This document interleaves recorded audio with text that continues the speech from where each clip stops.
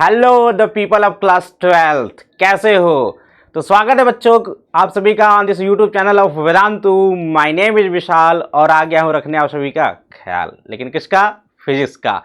तो बच्चों आप सभी लोग मुझे पहली बार इस चैनल पर देख रहे होंगे। इससे पहले मैंने जेईई मेडिजी और नीट मेडिजी पे भी पढ़ाता हूँ, लेकिन आप सभी के क्लास 12th वालों का बोर्ड एग्जाम आने वाला है तो कुछ ना कुछ इधर भी करना जरूरी था। तो आप सभी लोगों के लिए बच्चों एक नई सीरीज शुरू हो रही है जिसमें कि हम लोग करने वाले हैं कंप्लीट चैप्टर्स इन 1 आवर। सारे के सारे चैप्टर को बच्चों हम लोग करेंगे 1 आवर में कंप्लीट, बिल्कुल सुपर फास्ट रिवीजन रहने वाला है ना। और उसके बाद हम लोग करेंगे जैसे एक चैप्टर कंप्लीट होता है 1 घंटे में, उसके अगले दिन या फिर एक दिन बाद हम लोग करेंगे बच्चों क्या उस चैप्टर के बहुत सारे क्वेश्चन प्रैक्टिस करेंगे। ठीक है, कम से कम 20 क्वेश्चन तो रहेंगे ही एटलीस्ट उस सेशन में, और सेशन लगभग 1.5 घंटे का रहेगा। तो बच्चों हम लोग कुल मिलाकर के समझ लो 2.5 घंटे में बिल्कुल चैप्टर को एकदम मजबूत कर देने वाले हैं। एक भी क्वेश्चन अपने को छोड़ करके नहीं आना है बोर्ड की एग्जाम में, चाहे तुम किसी भी बोर्ड के हो, सीबीएसई हो, आईसीएसई हो, UP board, Bihar board, Rajasthan, कहीं वाले हो, कुछ भी नहीं छूटने वाला है बच्चों। ठीक है, तो चलो बच्चों शुरू करते हैं। आप सभी का पहला चैप्टर से शुरुआत करते हैं, ray optics and optical instruments से। ठीक है, तो शुरू करने से पहले let me tell you about myself, because पहली बार मुझे देख रहे हो। So I have done my BTech from IIT Mandi and I have been awarded the Institute Silver Medal Award also, and I have been teaching the students of both JEE and NEET field from last 2 years. So this is my brief introduction बच्चों। तो चलिए शुरू करते हैं फटाफट without any delay. तो सबसे पहले शुरू होता है बच्चों क्या, रिफ्लेक्शन इन प्लेन मिरर से। रिफ्लेक्शन इन प्लेन मिरर से हम लोग बात को शुरू करते हैं। तो भाई अपने पास है क्या, एक प्लेन मिरर है। मिरर क्या होता है, जिसका एक सरफेस पॉलिश्ड होता है और दूसरा सरफेस क्या होता है बच्चों, रिफ्लेक्शन के लिए तैयार होता है। ठीक है, तो अपने पास क्या है, एक प्लेन मिरर है। एक प्लेन मिरर पे अपने को क्या पढ़ना है बच्चों, रिफ्लेक्शन पढ़ना है। ठीक है, तो आप सभी को पता है ये है अपना नॉर्मल। ठीक है, ये नॉर्मल क्या होता है बच्चों, नॉर्मल कहाँ खींचा जाता है, नॉर्मल उस पॉइंट पे खींचा जाता है जिस पॉइंट पे रे इंसिडेंट होती है, जिस पॉइंट पे रे आकर के गिरती है। तो इस पॉइंट पे मान लो बच्चों क्या हो रहा है, रे आकर के गिर रहा है। IR मतलब होता है बच्चों इंसिडेंट रे। इंसिडेंट रे इस पॉइंट पर आकर के गिरता है, जिस पॉइंट पर आकर गिरा उस पर हमने खींच दिया नॉर्मल। ठीक है, और वही रे फिर टकरा करके वापस निकल जाती है सेम मीडियम में, है ना। तो उसको बोलते हैं हम लोग बच्चों क्या, रिफ्लेक्शन बोलते हैं, राइट। तो नॉर्मल से जो एंगल बनता है बच्चों वो आई होता है रिफ्लेक्शन इंसिडेंट रे का, और रिफ्लेक्टेड रे जो एंगल बनाता है वो आर होता है। IG क्या है बच्चों, angle of incidence with respect to ground है ये। ठीक है, क्या है, ग्राउंड के रिस्पेक्ट में, राइट। तो अपने को क्या करना है, अपने को कौन सा एंगल देखना होता है, angle I which is making with the normal, जो नॉर्मल से बन रहा है। ठीक है, तो रिफ्लेक्शन क्या होता है बच्चों कि जब लाइट रे किसी मीडियम से टकराती है और टकराने के बाद सेम मीडियम में जब वापस निकल जाती है, तो इस घटना को हम लोग बोलते हैं बच्चों रिफ्लेक्शन। रिफ्लेक्शन के 2 नियम होते हैं। कौन कौन से नियम होते हैं? पहला नियम होता है बच्चों की when a ray of light falls on a surface, then the angle of incidence is equal to the angle of reflection. Angle I should be equal to angle R. ठीक है, उसके बाद incident ray, reflected ray and normal all lie in the same plane. All lie in the same plane, इसका मतलब ये तुम देख सकते हो एक प्लेन मैंने बना भी रखा है। इस प्लेन में तीनों के तीनों कौन सा, ये जो IR है इंसिडेंट रे है, ये जो नॉर्मल है और ये जो रिफ्लेक्टेड रे है, तीनों के तीनों एक ही प्लेन में बच्चों लाई कर रहे हैं। ये हो गया 2 नियम, फटाफट रिवीजन करते चलना है। चलो आगे चलते हैं, हम लोग बात करते हैं रियल और virtual nature of object and image. कैसे पहचानेंगे कौन सा इमेज रियल है या फिर कौन सा इमेज जो है वर्चुअल है, कौन सा ऑब्जेक्ट रियल है, कौन सा ऑब्जेक्ट वर्चुअल है। तो बात करते हैं सबसे पहले हम लोग ऑब्जेक्ट की। तो ऑब्जेक्ट बच्चों होता है 2 टाइप का, रियल ऑब्जेक्ट और दूसरा होता है वर्चुअल ऑब्जेक्ट। रियल ऑब्जेक्ट किसे कहते हैं बच्चों, जिससे कि लाइट एक्चुअली में निकलती है, जिससे कि लाइट एक्चुअली में निकल रही है ना। देखो इस पॉइंट से बच्चों क्या हो रहा है, इस पॉइंट से देखो लाइट एक्चुअली में निकल रही है, हमें फील नहीं हो रहा, एक्चुअली में निकल रही है, राइट। निकलने के बाद देखो क्या निकलने के बाद रिफ्लेक्शन हो जा रही है, रिफ्लेक्शन होकर बाहर चली जा रही है, राइट। अब इनको पीछे हमने मिला दिया तो यहाँ पे हमें कहीं ना कहीं इमेज मिल रहा होगा। तो रियल ऑब्जेक्ट मतलब real object is one from which the light rays emanate physically, है ना, जहाँ से लाइट रेज बिल्कुल उससे निकलती हैं फिजिकली, वास्तव में निकलती है, रियलिटी में निकलती है। लेकिन वर्चुअल ऑब्जेक्ट के केस में क्या होता है ना यार, वर्चुअल ऑब्जेक्ट के केस में हमें फील होता है कि लाइट रेज कहाँ जा रही है बच्चों, वहां से वहां पे जा रही होंगी, है ना। तो a virtual object is one at which the light rays appear to converge but physically do not. जहां पे लाइट रेज हमें लगती है कि कन्वर्ज हो रही है, समझे नहीं समझे। अब देखो इस पॉइंट पे क्या है बच्चों, लाइट रेज जो है हमें फील हो रही है कि यहाँ पे देखो कन्वर्ज हो रही होंगी, लेकिन ये ऐसे आई लेकिन टकरा के ऐसे चली गई, ऐसे आई टकरा के ऐसे चली गई। बट इसको अगर पीछे डैश करके मिलाया दिया जाए तो यहाँ पे मिल रही है कि नहीं मिल रही है, ठीक है। तो यहाँ पे क्या हो रहा है, यहाँ पे अपने को ऑब्जेक्ट हमारे सामने नहीं, आंखों के सामने नहीं है हमारे, वो कहाँ हमें फील हो रहा है कि वहाँ पे लाइट जो है, लाइट कहीं और से आ रही होगी, हमें फील हो रहा है कि वहाँ पे जाकर कहीं ना कहीं कन्वर्ज होगी, ठीक है। समझ में आया कि नहीं आया, है ना। तो जो चीज़ हमें फिजिकली नहीं दिखाई दे रही, मतलब सिंपल सी बात है वर्चुअल ऑब्जेक्ट रहा होगा, जो हमें नहीं दिखाई दे रही दैट इज वर्चुअल ऑब्जेक्ट, ठीक है। चलो अगला आगे बात करते हैं हम लोग, इमेज की बात कर लेते हैं। तो इमेज भी अपने पास दो टाइप के बच्चों, रियल और वर्चुअल इमेज। रियल इमेज मतलब कि जब लाइट रेज, इमेज कब बनेगा, जब लाइट रेज टकरा कर रिफ्लेक्ट होकर के जब वापस आती है, रिफ्लेक्ट होकर के जब लाइट रेज आएंगी तब जाकर के जब वास्तव में मिलती हैं लाइट रेज, एक्चुअली में जब लाइट रेज मिलती है ना तब अगर इमेज बनता है तो उसको हम लोग बोलते हैं बच्चों, क्या बोलते हैं, हम लोग बोलते हैं क्या, रियल इमेज बोलते हैं। ये देखो यहाँ पे अपना ये उल्टा इन्होंने बना रखा है, ठीक है। ये इसको कर दो तुम लोग क्या, इसको कर दो रियल, ये हो जाएगा रियल और ये हो जाएगा अपना वर्चुअल, ठीक है। तो रियल इमेज की अगर हम लोग बात करें तो देखो यार क्या हो रहा है कि अपने पास जो लाइट रेज हैं जो बच्चों टकरा करके, लाइट रेज क्या हो रही है, टकरा करके वापस यहाँ पे मिल रही, एक्चुअली में मिल रही हैं, ठीक है। तो क्या होगा रियल इमेज, यानी कि real image is one at which the light raise physically intersect after reflection. Reflection के बाद लाइट रेज वास्तव में क्या हो रही है, इंटरसेक्ट करती हैं। चल इसमें देखा जाए वर्चुअल इमेज में क्या होता है, वर्चुअल इमेज में अपने को लगता है कि लाइट रेज क्या हो रही होंगी, रिफ्लेक्शन के बाद वहां पे कन्वर्ज हुई होंगी, ऐसा हमें लगता है। ये देखो यहाँ ऑब्जेक्ट था, ये ऑब्जेक्ट है, ऑब्जेक्ट से क्या हुआ, ऑब्जेक्ट से यहाँ पे लाइट गई, यहाँ टकरा करके बाहर चली गई, इसको पीछे मिला दिया तो हमें क्या मिल गया बच्चों, वर्चुअल इमेज मिल गया। तो virtual image is one at which the light raise do not intersect physically.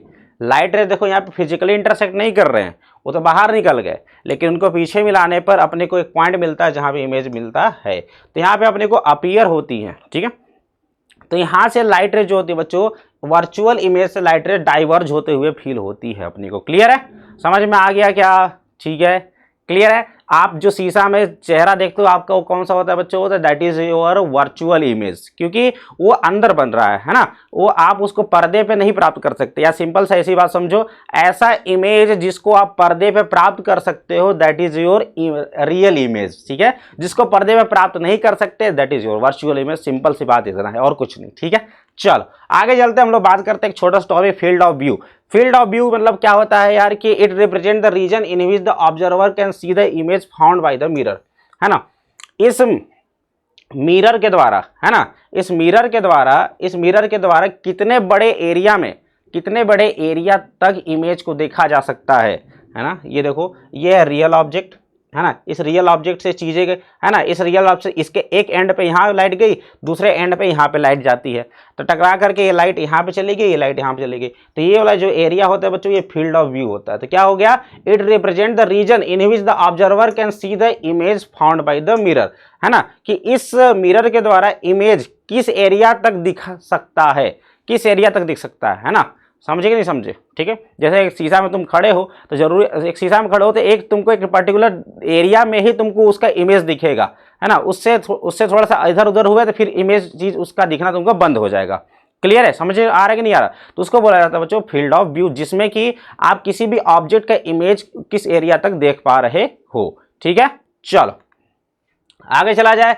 अगला है बच्चों कि अपना टॉपिक कि आप सभी को पता होना चाहिए कि अगर एक व्यक्ति को अपने पूरा हाइट देखना है तो उसके लिए मिरर की ऊंचाई कितनी होनी चाहिए। तो आप सभी को पता होना चाहिए बच्चों उस मिरर की ऊंचाई उस व्यक्ति की ऊंचाई की आधी होनी चाहिए। यानी इस व्यक्ति की ऊंचाई अगर ये यहाँ से यहाँ तक की ऊंचाई है बच्चों h2, फिर यहाँ से यहाँ तक की ऊंचाई है h1, तो मिरर की ऊंचाई होनी चाहिए बच्चों, हाइट ऑफ द मिरर की ऊंचाई कितनी होनी चाहिए, h1 + h2/2, है ना।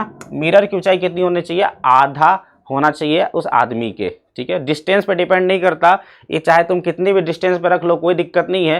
क्या होना चाहिए, इसका जो हाइट है, इसके हाइट के आधा के बराबर बस शीशा ले आओ, उतना में तुमको पूरा तुम्हारा इमेज दिख जाएगा, ठीक है। चले आगे चलते बच्चों, हम लोग बात करते हैं number of images found by the plane mirrors. Plane mirror द्वारा बनाए गए टोटल नंबर्स ऑफ इमेजेस कितने होते हैं, तो उसकी बात कर लिया जाए। तो number of images formed is equal to N is equal to formula दिया जाता है बच्चों 360 बाई थीटा। 360 बाई थीटा, जहाँ थीटा क्या होता है बच्चों, वो दो मिरर्स कितने एंगल पे रखे हुए हैं, वो दो मिरर्स कितने एंगल पे रखे हुए हैं। मान लो कि एंगल थीटा पे रखा हुआ है, ये पहला मिरर M1 दूसरा मिरर M2, ये दोनों थीटा एंगल पे रखे हैं। तो number of images found is equal to दिया जाता है n is equal to 360 degree by theta. अब ध्यान समझना, अब ये अपना करेक्ट आंसर नहीं होता, अपने को क्या करना होता है, अब इसमें देखना पड़ता है कि इसकी वैल्यू क्या आ रही है, इवन आ रही है ऑड आ रही है, इससे ज़्यादा तो कुछ हो ही नहीं सकता है, या तो इवन आएगा या तो ऑड आएगा, राइट। तो अगर इवन आ रहा है तो n इज इक्वल टू होगा, अगर नंबर ऑफ इमेज मतलब ये जो यहाँ से n की वैल्यू, यहाँ से अगर n की वैल्यू इवन आई तो तुम्हारा आंसर होगा 360 by theta minus 1, 360 by theta minus 1। यानी कि जैसे कि अगर 360 बाई में अगर थीटा की वैल्यू तो 60 है तो कितना हो जाएगा, ये 6, तो ये क्या है, इवन नंबर है। तो इवन नंबर के लिए आंसर कितना हो जाएगा, 6 माइनस 1, दैट इज कितना हो जाएगा, आंसर 5 हो जाएगा, ठीक है। उसी तरीके से अगर ऑड है भैया, अगर ऑड है तो ऑड कंडीशन में जैसे मान लो कि आ गया कितना, 5 आ गया, कितना आ गया, 5 आ गया, यानी कि theta is equal to 72 degree रख दिया तुमने, 72 डिग्री रख दिया, तो एन की वैल्यू कितनी आ गई, 5। अब 5 आने की कंडीशन में क्या है कि अगर आपने जो ऑब्जेक्ट है उसको, ऑब्जेक्ट को आपने बिल्कुल एंगल बाइसेक्टर पे रखा है, सिमेट्रिक पोजीशन में रखा है, या फिर इधर उधर कहीं भी रख दिया है। तो सिमेट्रिक में अगर रखा है तो आंसर होगा 360 बाई थीटा माइनस 1, और अगर सिमेट्रिक में नहीं रखा है तो आंसर हो जाएगा 360 बाई थीटा, यानी आंसर हो जाएगा 5, है ना। अगर सिमेट्री पे रखा है तो 5 माइनस 1 आंसर हो जाएगा 4। क्लियर है, चलो आगे चला जाए। हम लोग बात करते हैं अब introduction to spherical mirror. Spherical mirror देखो बच्चों कैसे बनता है, तो आप सभी को पता है स्फेरिकल मिरर बनाने के लिए अपने को क्या चाहिए, स्फीयर चाहिए, ठीक है। तो ये है अपने पास कुछ स्फीयर, है ना। तो दो टाइप के मिरर होते हैं स्फेरिकल में, कॉन्केव मिरर और कॉन्वेक्स मिरर। कॉन्केव मिरर में देखो जरा कि हम लोग कट करते हैं बच्चों कुछ इस टाइप से, और इसका जो पॉलिश वाला एरिया रहता है वो बाहर पॉलिश रहता है, पॉलिश किधर रहता है बच्चों, बाहर पॉलिश रहता है, और रिफ्लेक्शन होता है कुछ इधर वाले पोर्शन से, रिफ्लेक्शन किधर होता है, इधर वाले पोर्शन से। और कॉन्वेक्स मिरर की अगर बात किया जाए बच्चों, तो कॉन्वेक्स मिरर में हमारा जो पॉलिश होता है वो अंदर की ओर पॉलिश होता है ना, इस स्फीयर के अंदर की ओर, है ना, गोले के अंदर की ओर पॉलिश होता है, ये हॉलो स्फीयर है, उसके अंदर पॉलिश होता है। और ये क्या होता है, बाहर वाले पोर्शन से क्या होता है बच्चों, रिफ्लेक्शन होता है, जिसको हम लोग बोलते हैं कॉन्वेक्स। इसके रिलेटेड कुछ टर्मिनोलॉजी देख लिया जाए तो यार देखो, सबसे पहले अपने पास है कॉन्केव मिरर, जिसमें कि ये अंदर वाले पोर्शन से क्या होगा, रिफ्लेक्शन होगा, और इसमें क्या है, कॉन्वेक्स है जिसमें कि बाहर वाले पोर्शन से रिफ्लेक्शन होगा। तो सबसे पहला पॉइंट आता है कि पोल क्या है, सबसे पहला पॉइंट है पोल। तो पोल क्या होता है, तो भाई देखो जरा, पोल इसको कहा जाता है, it is the centre of the reflecting surface of the spherical mirror, है ना। स्फेरिकल मिरर का जो रिफ्लेक्टिंग सरफेस है उसका सेंटर होता है पोल। उसके बाद ये सब डेफिनेशन याद कर लेना क्लास 12 वालों, ठीक है। उसके बाद सेंटर ऑफ कर्वेचर क्या होता है, सेंटर ऑफ कर्वेचर को सी से दिखाते हैं, it is defined as the centre of the sphere of which the spherical mirror is a part, है ना। ये स्फेरिकल मिरर किसी न किसी स्फीयर का पार्ट ही होगा, तो उस स्फेरिकल मिरर जो आपने लिया है उसका जो सेंटर होगा that is your centre of curvature, centre of curvature. उसके बाद रेडियस ऑफ कर्वेचर क्या हो जाएगा, है ना, तो जिस स्फीयर का वो पार्ट था उस स्फीयर का रेडियस जो होगा that is your radius of curvature. और फाइनल पॉइंट हो गया अपना अपर्चर। अपर्चर क्या होता है बच्चों, अपर्चर मतलब कि जो इफेक्टिव सरफेस है ना, इसका जो इफेक्टिव सरफेस जिससे कि रिफ्लेक्शन होना है ना, ये देखो इससे जिस एरिया से रिफ्लेक्शन होता है उस एरिया को कहा जाता है बच्चों अपर्चर कहा जाता है। अपर्चर को स्मॉल आर से देखो दिखाया गया है जहां से रिफ्लेक्शन की घटना होती है। चल आगे देखा जाए बच्चों प्रिंसिपल एक्सिस क्या होता है, तो प्रिंसिपल एक्सिस यार देखा जाए तो प्रिंसिपल एक्सिस पढ़ो, it is the line joining the pole at the centre of the curvature. It is the line joining the pole and centre of curvature. Centre of curvature जो ये है सी है और ये जो पोल पी है, इनको मिलाने वाली रेखा को हम लोग बोलते हैं बच्चों प्रिंसिपल एक्सिस। क्या बोलते हैं, प्रिंसिपल एक्सिस कहते हैं। सिमिलरली सेम फॉर तुम्हारा कॉन्वेक्स लेंस भी हो जाएगा। और उसके बाद अपना है बच्चों फोकल पॉइंट क्या होता है, तो फोकल पॉइंट देखो जरा, इनफाइनाइट से चलने वाली इनफाइनाइट से चलने वाली जो रेज होती हैं वो क्या होती है बच्चों, प्रिंसिपल एक्सिस के पैरेलल होती हैं। ठीक है, प्रिंसिपल एक्सिस के पैरेलल जब इनफाइनाइट रेज आती हैं तो क्या होता है बच्चों, वो रिफ्लेक्शन के पश्चात क्या करती हैं, जिस पॉइंट पे कन्वर्ज होती हैं, जिस पॉइंट पे कन्वर्ज होती है उसको हम लोग बोलते हैं फोकल पॉइंट। क्या कहते हैं, फोकल पॉइंट। और अगर इस कॉनकेव के लिए बात की जाए तो कॉनकेव के लिए बच्चों ये एक्चुअली में कन्वर्ज होती हैं, और कन्वेक्स में हमें फील होता है कि यहाँ पे ये क्या हो रही होगी बच्चों, यहाँ से डाइवर्ज होते हुए फील होती है, राइट। तो दोनों के लिए भाई बात ये है कि जहाँ से और पैरेलल रेज जहाँ पे कन्वर्ज होती हैं या फिर जहाँ से डाइवर्ज होते हुए फील होती हैं, वो पॉइंट उसके लिए फोकल प्लेन कहा जाता है।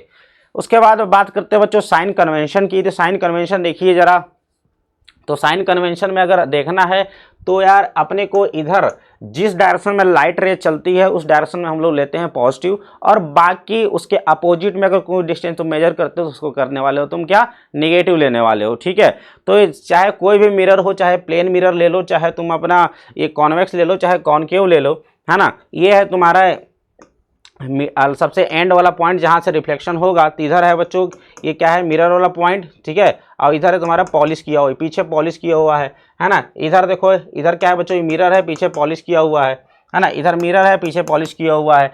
तो यार कुल मिलाकर के बात क्या समझे कि जिस डायरेक्शन में रे चल रही है, चाहे कोई भी रे, कोई भी मिरर हो, प्लेन हो, कॉनकेव हो, कॉन्वेक्स हो, जिस डायरेक्शन में रे चल रही है उस डायरेक्शन में अपने को पॉजिटिव लेना है, और बाकी क्या लेना है, उसका अपोजिट में लेना है निगेटिव। उसके बाद प्रिंसिपल एक्सिस के ऊपर वाला डिस्टेंस पॉजिटिव होगा, प्रिंसिपल एक्सिस के नीचे वाला डिस्टेंस क्या होगा, निगेटिव होगा। ठीक है, तो यही चीज़ ये कह रहा है। और एक चीज़ और, इसमें जो भी डिस्टेंस हम लोग मेजर करेंगे, all the distance will be measured from the pole.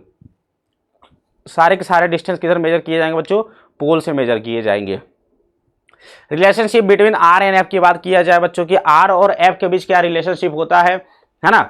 Are मतलब रेडियस ऑफ कर्वेचर और एफ मतलब फोकस दूरी, है ना। ये देखो इसका कुछ ना कुछ फोकस रहा है, फोकस रहेगा, तो फोकस की दूरी और आर के बीच क्या रिलेशनशिप होता है, तो फोकस और आर के बीच रिलेशनशिप जो होता है बच्चों याद रखिएगा, है ना। जनरल फार्मूला अगर मैं बता दूं आप सभी को, तो जनरल फार्मूला आपको लिखना है F is equal to R minus R by two sec theta. क्या बोलोगे, F is equal to R minus R by two sec theta होता है। और अगर आपने तो फार्मूला सुना होगा कि F is equal to sir R by two होता है, तो वो फार्मूला केवल तभी लगता है जब अपर्चर अपना जो होता है बच्चों क्या होता है, बहुत छोटा होता है। अपर्चर बहुत छोटा होता है तो थीटा को हम लोग मान लेते हैं क्या, 0, और सेक 0 का वैल्यू होता है बच्चों 1। ठीक है, तो सेक 0 की अगर वैल्यू 1 हो जाएगी तो आर में से आर बाई 2 जाएगा तो क्या बचेगा, आर बाई 2 ही बचेगा। तो फोकस दूरी जो निकल के आती है वो होती है बच्चों रेडियस ऑफ कर्वेचर के आधे के बराबर होती है। अदरवाइज अपने को कौन सा फार्मूला याद रखना है, अपने को ये वाला फार्मूला याद रखना है। ठीक है, याद हो जाएगा क्या, ठीक है। चलो आगे चलते हैं, हम लोग बात करते हैं image formation by concave mirror. Concave mirror से इमेज फॉर्मेशन की अगर बात किया जाए बच्चों तो लगभग 6 कंडीशन अपने को पढ़ना होता है। सबसे पहला कंडीशन ये है कि जब ऑब्जेक्ट अपना इन्फिनिटी पे रहता है तो इन्फिनिटी से चलने वाले जो रेज होते हैं बच्चों पैरेलल होते हैं, और रिफ्लेक्शन के बाद कहाँ पे मुड़ती हैं बच्चों, फोकस पे मिलती हैं। तो फोकस पे जो इमेज बनता है बच्चों वो क्या होगा, बहुत ही छोटा इमेज होता है। तो इन्फिनिटी पे जब ऑब्जेक्ट रहता है तो अब इमेज कहाँ बनेगा, फोकस पे बनेगा। इमेज की क्वालिटी देखिए तो भैया याद रखना, इसके द्वारा केवल एक ही कंडीशन में इमेज सीधा बनता है, बाकी हर कंडीशन में इमेज कैसा बनता है, उल्टा बनता है, याद रखना। तो ये इमेज बनेगा बच्चों रियल, है ना। और इमेज कैसा बनता है, कॉनकेव मिरर द्वारा इमेज हमेशा रियल बनता है, क्योंकि वास्तविकता में रेज जो है आकर के मिलती है। ये देखो वास्तविकता में रेज आकर मिल रही है कि नहीं मिल रही है, ठीक है। तो अगर वास्तविकता में रेज अगर आकर के मिल रही है रिफ्लेक्शन के बाद, तो अपना इमेज जो बनेगा that will be our real image. तो भैया रियल होगा, इन्वर्टेड होगा मतलब उल्टा होगा, और हाईली डिमिनिश्ड मतलब बहुत ही छोटा। देख लो ना यार, मतलब बिल्कुल बिंदु आकार का बन रहा है, ठीक है। दूसरा है अपना कि दूसरा जब आप रखते हो इसको कहाँ पे रखते हो, तो भैया इसको आप रखते हो बियॉन्ड सी या फिर बियॉन्ड 2f, बियॉन्ड 2f भी कहा जाता है इसको, ठीक है। तो बियॉन्ड सी मतलब कि यार इस जो radius of centre of curvature उससे दूर रख रहे हो, तो इस कंडीशन में जो इमेज बनता है आप सभी को देखिएगा, तो इस कंडीशन में जो इमेज बनेगा वो इमेज बनता है सी और एफ के बीच में। इमेज कहाँ बनता है, सी और एफ के बीच में।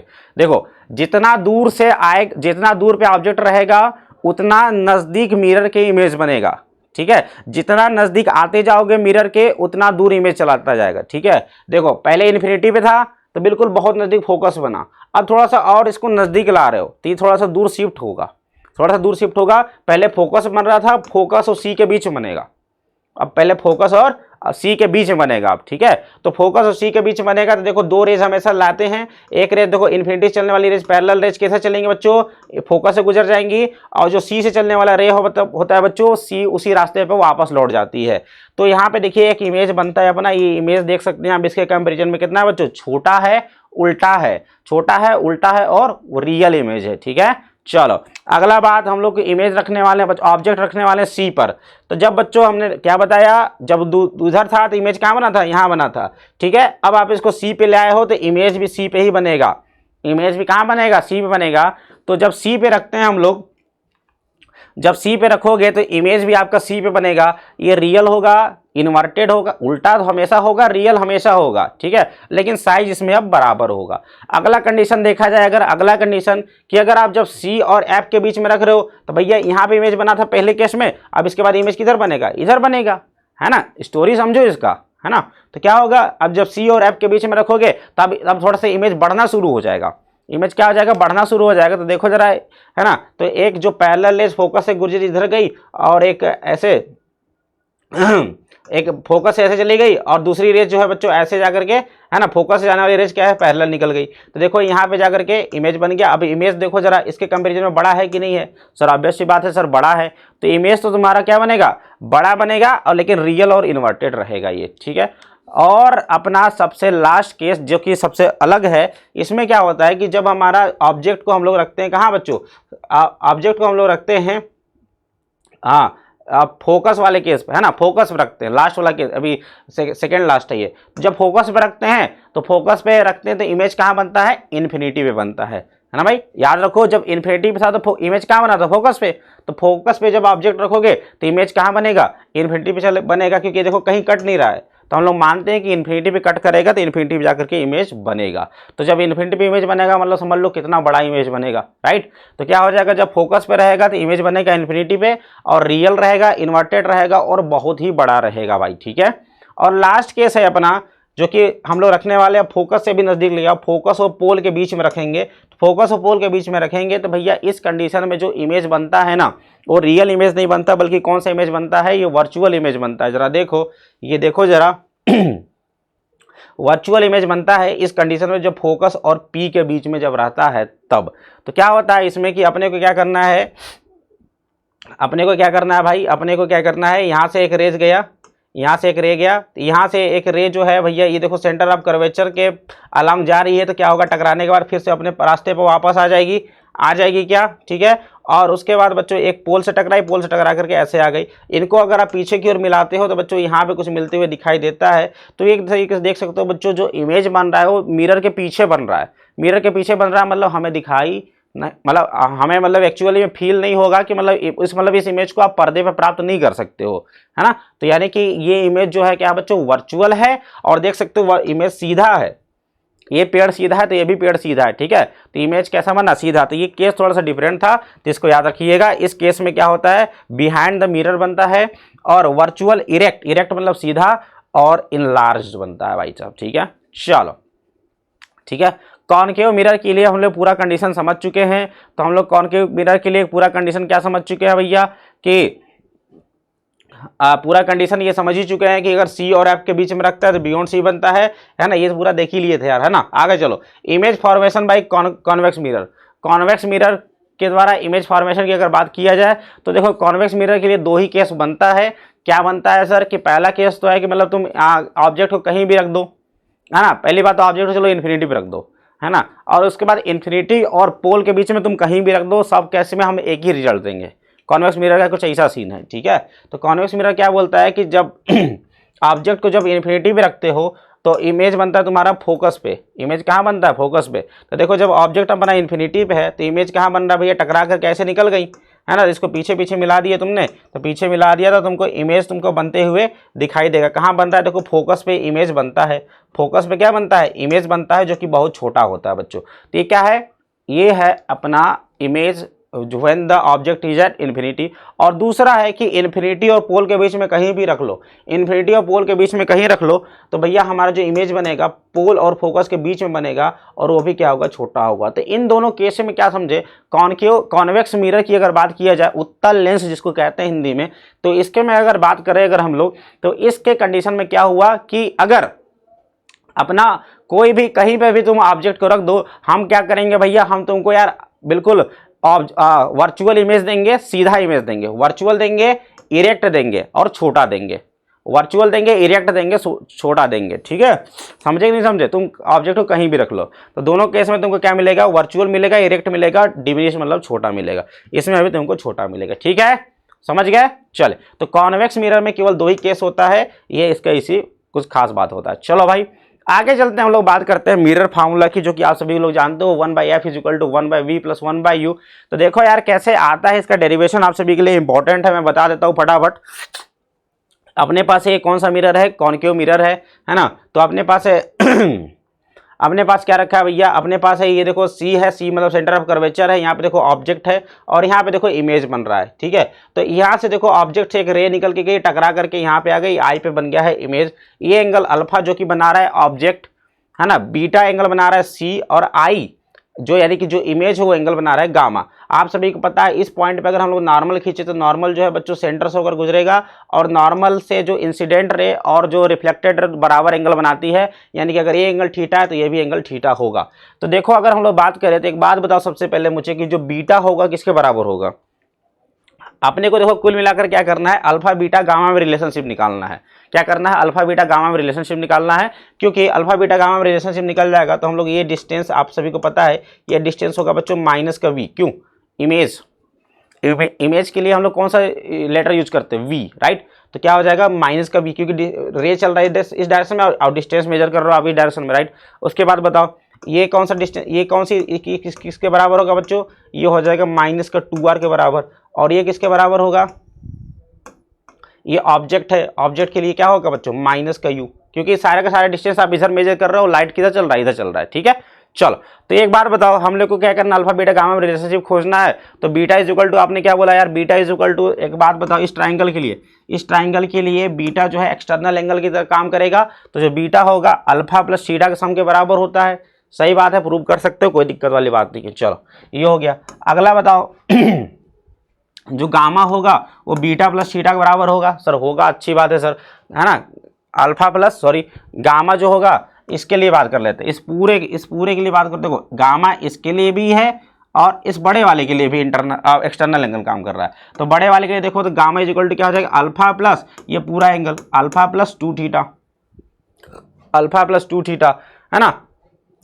तो क्या करो यहाँ पे, यहाँ से थीटा के वैल्यू को उठा करके यहाँ रख दोगे, थीटा के वैल्यू उठा कर रख दो, थीटा के वैल्यू क्या रखोगे, बीटा माइनस अल्फा, तो यहाँ रख दोगे तो क्या हो जाएगा सर, ये हो जाएगा अपना बीटा प्लस अल्फा, यानी 2 बीटा इज इक्वल टू हो जाएगा sir alpha plus gamma, 2 beta is equal to हो जाएगा अल्फा प्लस गामा। अब देखो क्या करना है, आपने देख लिया कि 2 beta is equal to alpha plus gamma आ गया, और अपर्चर कम है तो इसके लिए हम लोग अल्फा बीटा गामा को क्या मान लेते हैं, छोटा सा एंगल मान लेते हैं।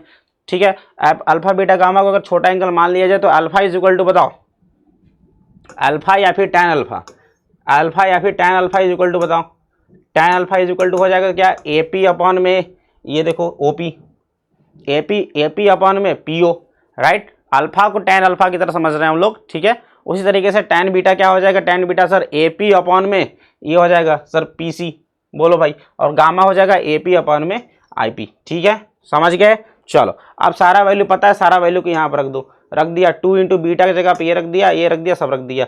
अब बताओ PC को हमने क्या रखेंगे, PC को क्या रखेंगे भाई, PC को, अरे सॉरी यहाँ पे 2r मैंने क्यों लिख दिया यार, ये r ही होगा ना, क्यों, अरे भाई ये रेडियस ही तो है, डायमीटर थोड़ी था, रेडियस ही तो होगा ना, तो क्या हो जाएगा, ये रेडियस हो गया अपना, है ना। तो ये r के बराबर होगा, लेकिन डिस्टेंस इधर मेजर कर रहे हैं तो अब ये क्या होगा, r को हम लोग को निगेटिव रखना पड़ेगा। तो जो PC है, PC की जगह पे क्या रखेंगे -2r, PO को जगह पे PO बताओ माइनस का u और PI v। तो यहाँ से आप सभी को पता है माइनस कॉमन लेके काट दो तो 2/r, आप सभी को पता है f is equal to r/2, तो 2/r इज इक्वल टू क्या लिखोगे, 1/f लिखोगे, नहीं लिखोगे। ठीक है, तो वही आ गया 1/f is equal to 1/v plus 1/u। ये सभी डेरिवेशन जो था आप सभी के लिए बहुत इंपॉर्टेंट था, इसलिए मैंने आप सभी को बता दिया है, कर जरूर लेना। ठीक है, चलो बात करते हैं हम लोग मैग्निफिकेशन स्फेरिकल मिरर की भैया। तो देखो जरा कि आप सभी लोग देख रहे हैं कि पीछे हमारा गाड़ी कुछ और था और दिख रहा है इस शीशा में कुछ और दिख रहा है। तो इसकी इमेज की साइज कैसी है ना। हम लोग दाढ़ी ओढ़ी बनाते हैं तो क्या होता है बच्चों, ये देखो है ना, शीशा में देख के बनाते हैं तो इसकी कितनी है मैग्निफिकेशन, राइट। तो मैग्निफिकेशन मतलब कि साइज ऑफ इमेज जो दिख रहा है आपको मिरर में वो कितनी है, वो कैसे ही करेंगे। तो उसके लिए अपने लोग फार्मूला यूज करते हैं बच्चों मैग्निफिकेशन का। मैग्निफिकेशन मतलब होता है height of the image, H I मतलब आई मतलब इमेज, ओ मतलब ऑब्जेक्ट, एच आई अपॉन में एच ओ, ठीक है। ये हो गया H I height of the image और एच ओ क्या हो गया, हाइट ऑफ द ऑब्जेक्ट हो जाता है। अब समझना ध्यान से, अपने को फार्मूला चाहिए मैग्निफिकेशन का। तो यार देखो फार्मूला देखो मैग्निफिकेशन का अगर देखा जाए तो एक बात बताओ, थीटा इज इक्वल टू या फिर tan theta is equal to, बताओ जरा क्या होगा। तो sir tan theta is equal to होगा सर एच ओ अपॉन में क्या बोलोगे सर, यू। बोलो भाई एच ओ अपॉन में, एक बार बताओ। अरे भाई ये tan theta is equal to बोलोगे क्या, tan theta is equal to क्या बोलोगे सर, एच ओ अपॉन में ये डिस्टेंस क्या होगा, ऑब्जेक्ट के डिस्टेंस यानी कि माइनस का u। बोलो भाई माइनस का u। और ये इसके लिए टेन थीटा, इसके लिए टेन थीटा सर बराबर हो जाएगा माइनस का H I divided by minus का v, ठीक है। माइनस माइनस कट गया तो देखो ये क्या आ जाएगा, सब कट गया, यानी एच आई अपॉन में H I equal to minus we upon में यू। और यही किसके बराबर है, m के बराबर है। तो मैग्निफिकेशन किसके बराबर निकल के आ गया भैया, मैग्निफिकेशन m जो निकल के आ गया एच आई अपॉन में H I equal to minus we upon में यू, ठीक है। और 1/f is equal to 1/v plus 1/u से सॉल्व करके एक बार u को रिप्लेस करो, एक बार v को रिप्लेस करो, तो है ना, तो ये फार्मूला आ जाता है। ये फार्मूला प्रूव करने के लिए भी आ सकता है आप सभी लोग, तो आसानी से इस तरीके से प्रूव कर देना, है ना। तो f अपॉन में f माइनस यू या फिर f माइनस वी अपॉन में f हो जाएगा। क्लियर है। चलिए बात करते हैं हम लोग नेचर ऑफ इमेज की कैसे पता करेंगे। तो मैग्निफिकेशन को देख करके हमें नेचर ऑफ इमेज पता करना होता है। जरा देखा जाए तो भाई साहब देखो magnification is equal to h I upon में h o is equal to minus we upon में यू इज इक्वल टू, इतना पूरा फार्मूला देख लिया है। तो भैया पूरा फेल डिपेंड करता है मैग्निफिकेशन पे। अगर मैग्निफिकेशन निगेटिव आ गया, मैग्निफिकेशन निगेटिव आ गया मतलब क्या है, image is real and inverted. M negative आ गया मतलब इमेज इज रियल और इन्वर्टेड। पॉजिटिव मतलब अगर m की वैल्यू पॉजिटिव आ गई मतलब image is virtual and upright.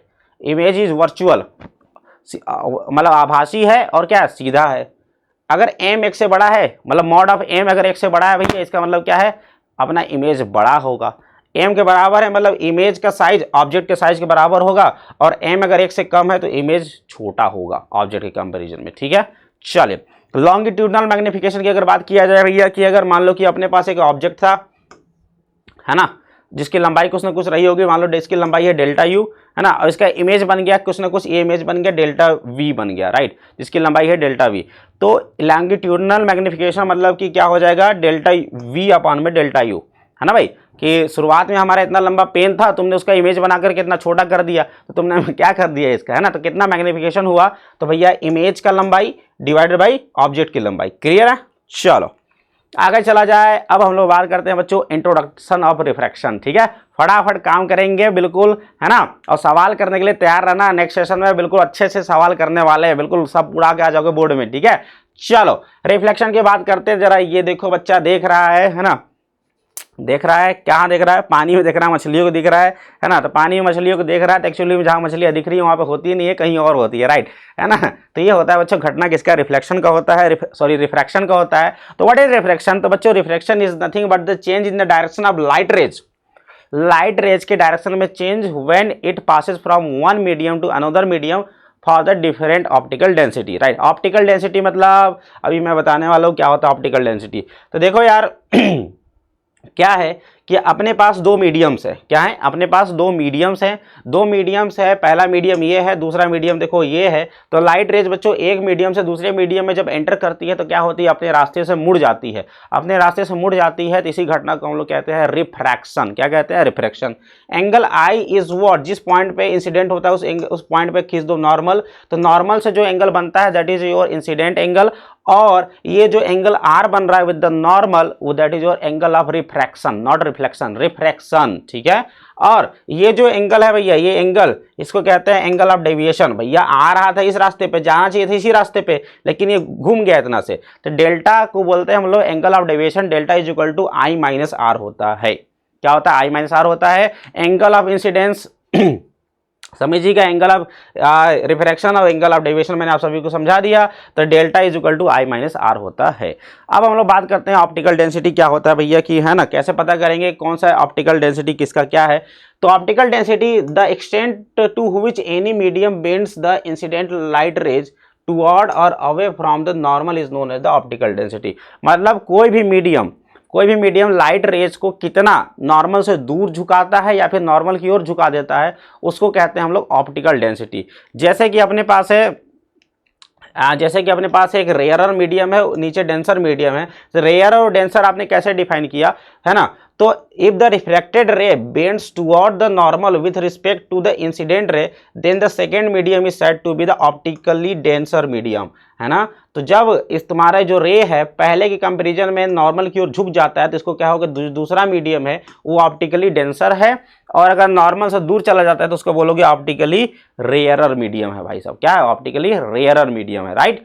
चलो आगे बात करते हैं, हम लोग बात करते हैं रिफ्रैक्टिव इंडेक्स की।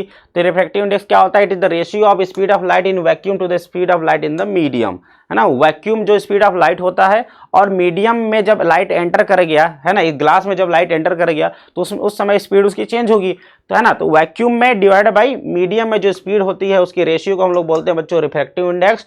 म्यू से इसको दिखाते हैं, है ना। सी की वैल्यू सभी को पता है, इतना होता है म्यू प्रोपोर्शनल 1/v, यानी कि आपने क्या समझा कि mu optical rarer is less than mu optical denser, यानी कि डेंसर मीडियम का जो रिफ्रैक्टिव इंडेक्स होगा वो ज़्यादा होगा, है ना, क्योंकि उसमें लाइट की जो स्पीड होती है वो क्या हो जाती है, कम हो जाती है ना। चलिए आगे चला जाए, बात करते हैं हम लोग लॉज ऑफ रिफ्लेक्शन की बात कर लिया जाए भाई। तो लॉज ऑफ रिफ्लेक्शन आप सभी को पता है ही, पहला लॉ है कि बच्चों द इंसिडेंट रे, रिफ्रैक्टेड रे और नॉर्मल तीनों एक ही प्लेन में होते हैं, जो कि आप सभी को दिख भी रहा है ना। ये तीनों के तीनों, कौन से तीनों के तीनों भैया, ये इंसिडेंट रे, नॉर्मल और ये रिफ्रैक्टेड रे, तीनों के तीनों क्या होते हैं, एक प्लेन में होते हैं। और दूसरा जो लॉ है बच्चों उसको हम लोग कहते हैं स्नेल्स लॉ।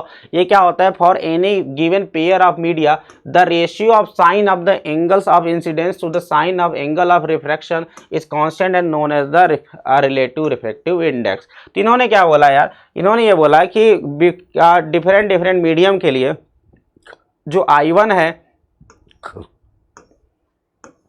ठीक है, ये जो I1 एंगल पे जो इंसिडेंट हो रहा है और R1 पे ये रिफ्लेक्ट हो रहा है, I2 पे यहाँ पे इंसिडेंस हो रहा है, R2 पे रिफ्लेक्ट हो रहा है, I3 पे इंसिडेंस हो रहा है, R3 पे रिफ्लेक्ट हो रहा है। तो कोई भी एंगल पे आ रहा है, कोई भी एंगल पे जा रहा है, जिस एंगल पे आएगा उसके लिए कुछ ना कुछ एंगल फिक्स रहता है जिस एंगल पे वो जाएगा। तो इन्होंने ये बोला कि जो इंसिडेंट एंगल है I, हाँ, और जो रिफ्रैक्टेड एंगल है R, इनका साइन का जो रेशियो होगा दैट विल बी कांस्टेंट, यानी sine I1 by sine R1 is equal to sine I2 by sine R2 is equal to dot dot dot is equal to constant रहने वाला है।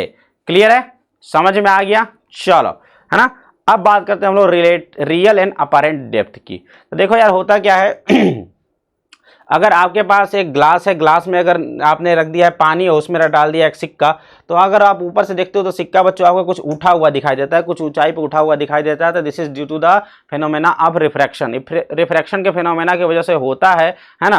तो इसको कहते हैं बच्चों कि ये है इसकी रियल डेप्थ, ये क्या है, इसकी रियल डेप्थ है। और क्या है बच्चों, इसकी अपरेंट डेप्थ है। क्या है ये, अपरेंट डेप्थ, जहाँ पे अपने को ये फील हो रहा है। तो जो अपरेंट डेप्थ होता है बच्चों वो याद रखना, है ना, जो अपरेंट डेप्थ होता है वो रियल डेप्थ का h अपॉन में म्यू होता है, याद रखिएगा, है ना।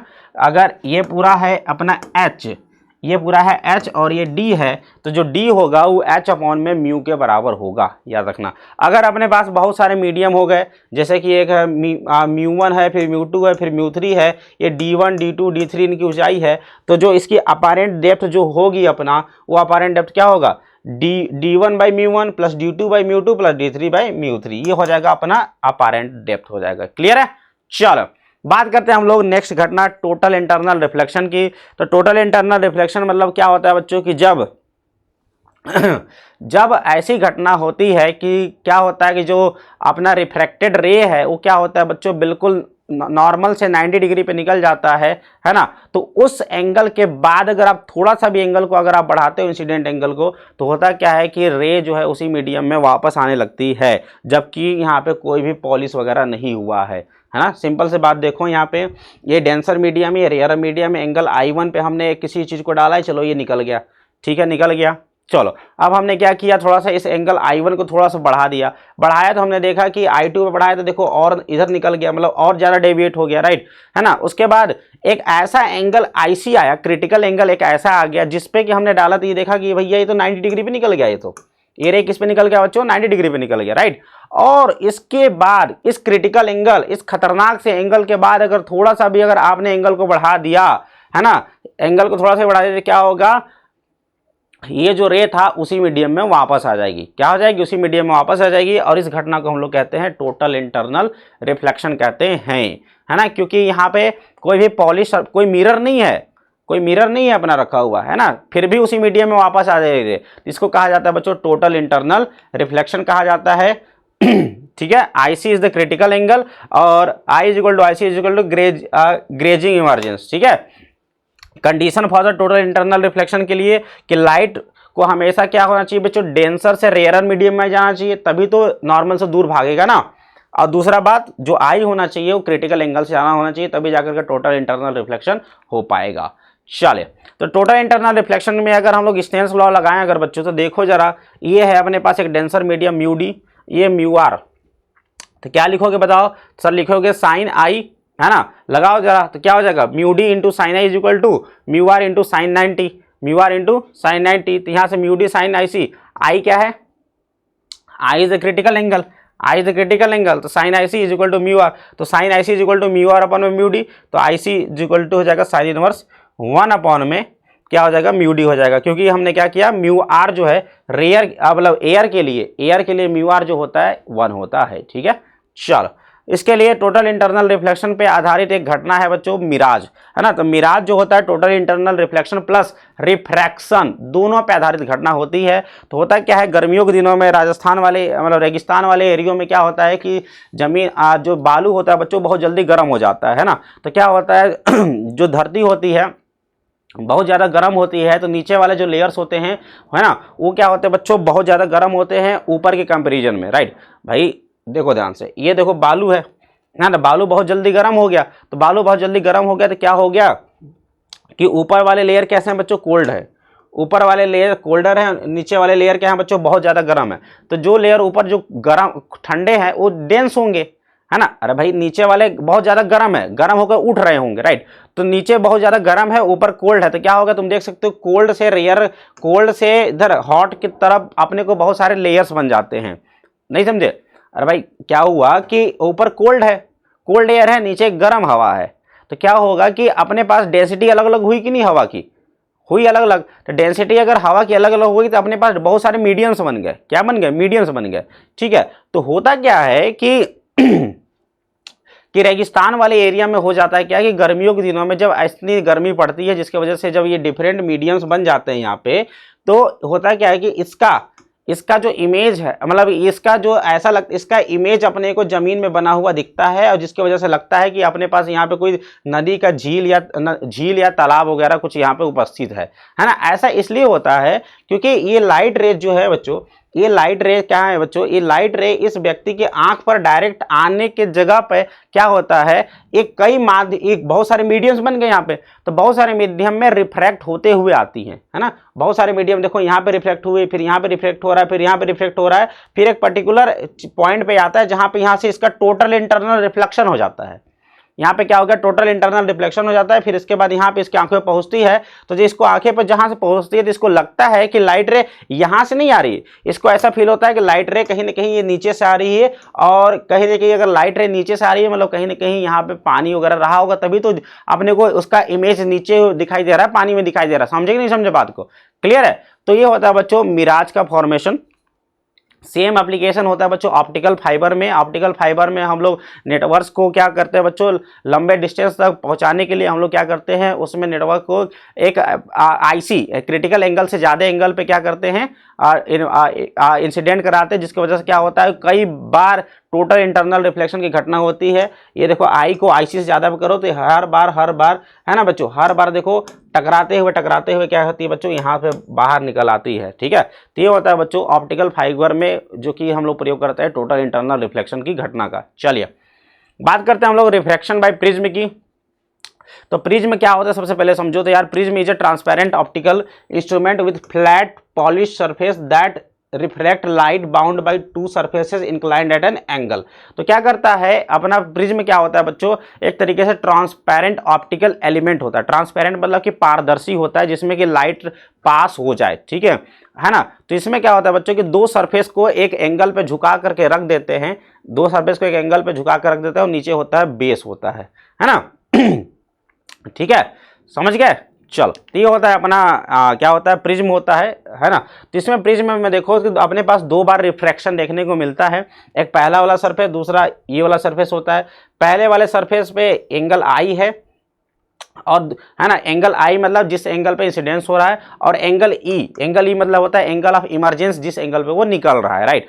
तो और ये एंगल होते हैं बच्चों R1, और इसको बोल दो एंगल R2। ये R1 और R2 एंगल होते हैं, ठीक है, क्लियर है। तो angle i is angle of incidence, और एंगल क्या होता है, ई क्या होता है, इमरजेंस होता है। और एंगल ऑफ प्रिज्म, ये जो एंगल होता है, इन ये दोनों सरफेस जिस एंगल पे झुके हुए हैं, इस एंगल को कहते हैं हम लोग एंगल ऑफ प्रिज्म कहते हैं, ठीक है। तो angle of prism is defined as the angle between the two surface through which the light passes, ठीक है भाई। चलो, अब हम लोग बात करते हैं refraction by prism. Refraction by prism, angle of deviation.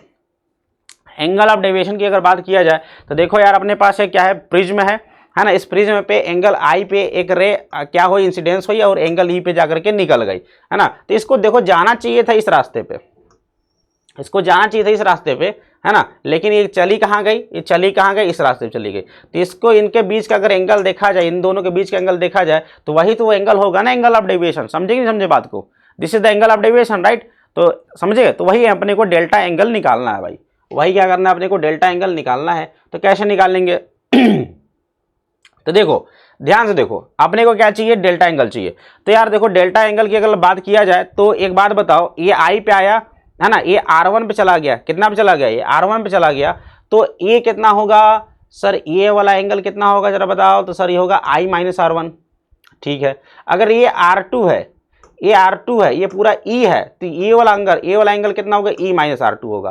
तो इस ट्राइंगल में आ जाओ, इस ट्राइंगल की अगर बात कर लेते हैं तो इस ट्राइंगल में I माइनस R1 है, ये E माइनस R2 है, एंगल डेल्टा है। तो delta is the angle of external angle है, तो डेल्टा किसके बराबर हो जाएगा, इन दोनों के सम के बराबर होगा।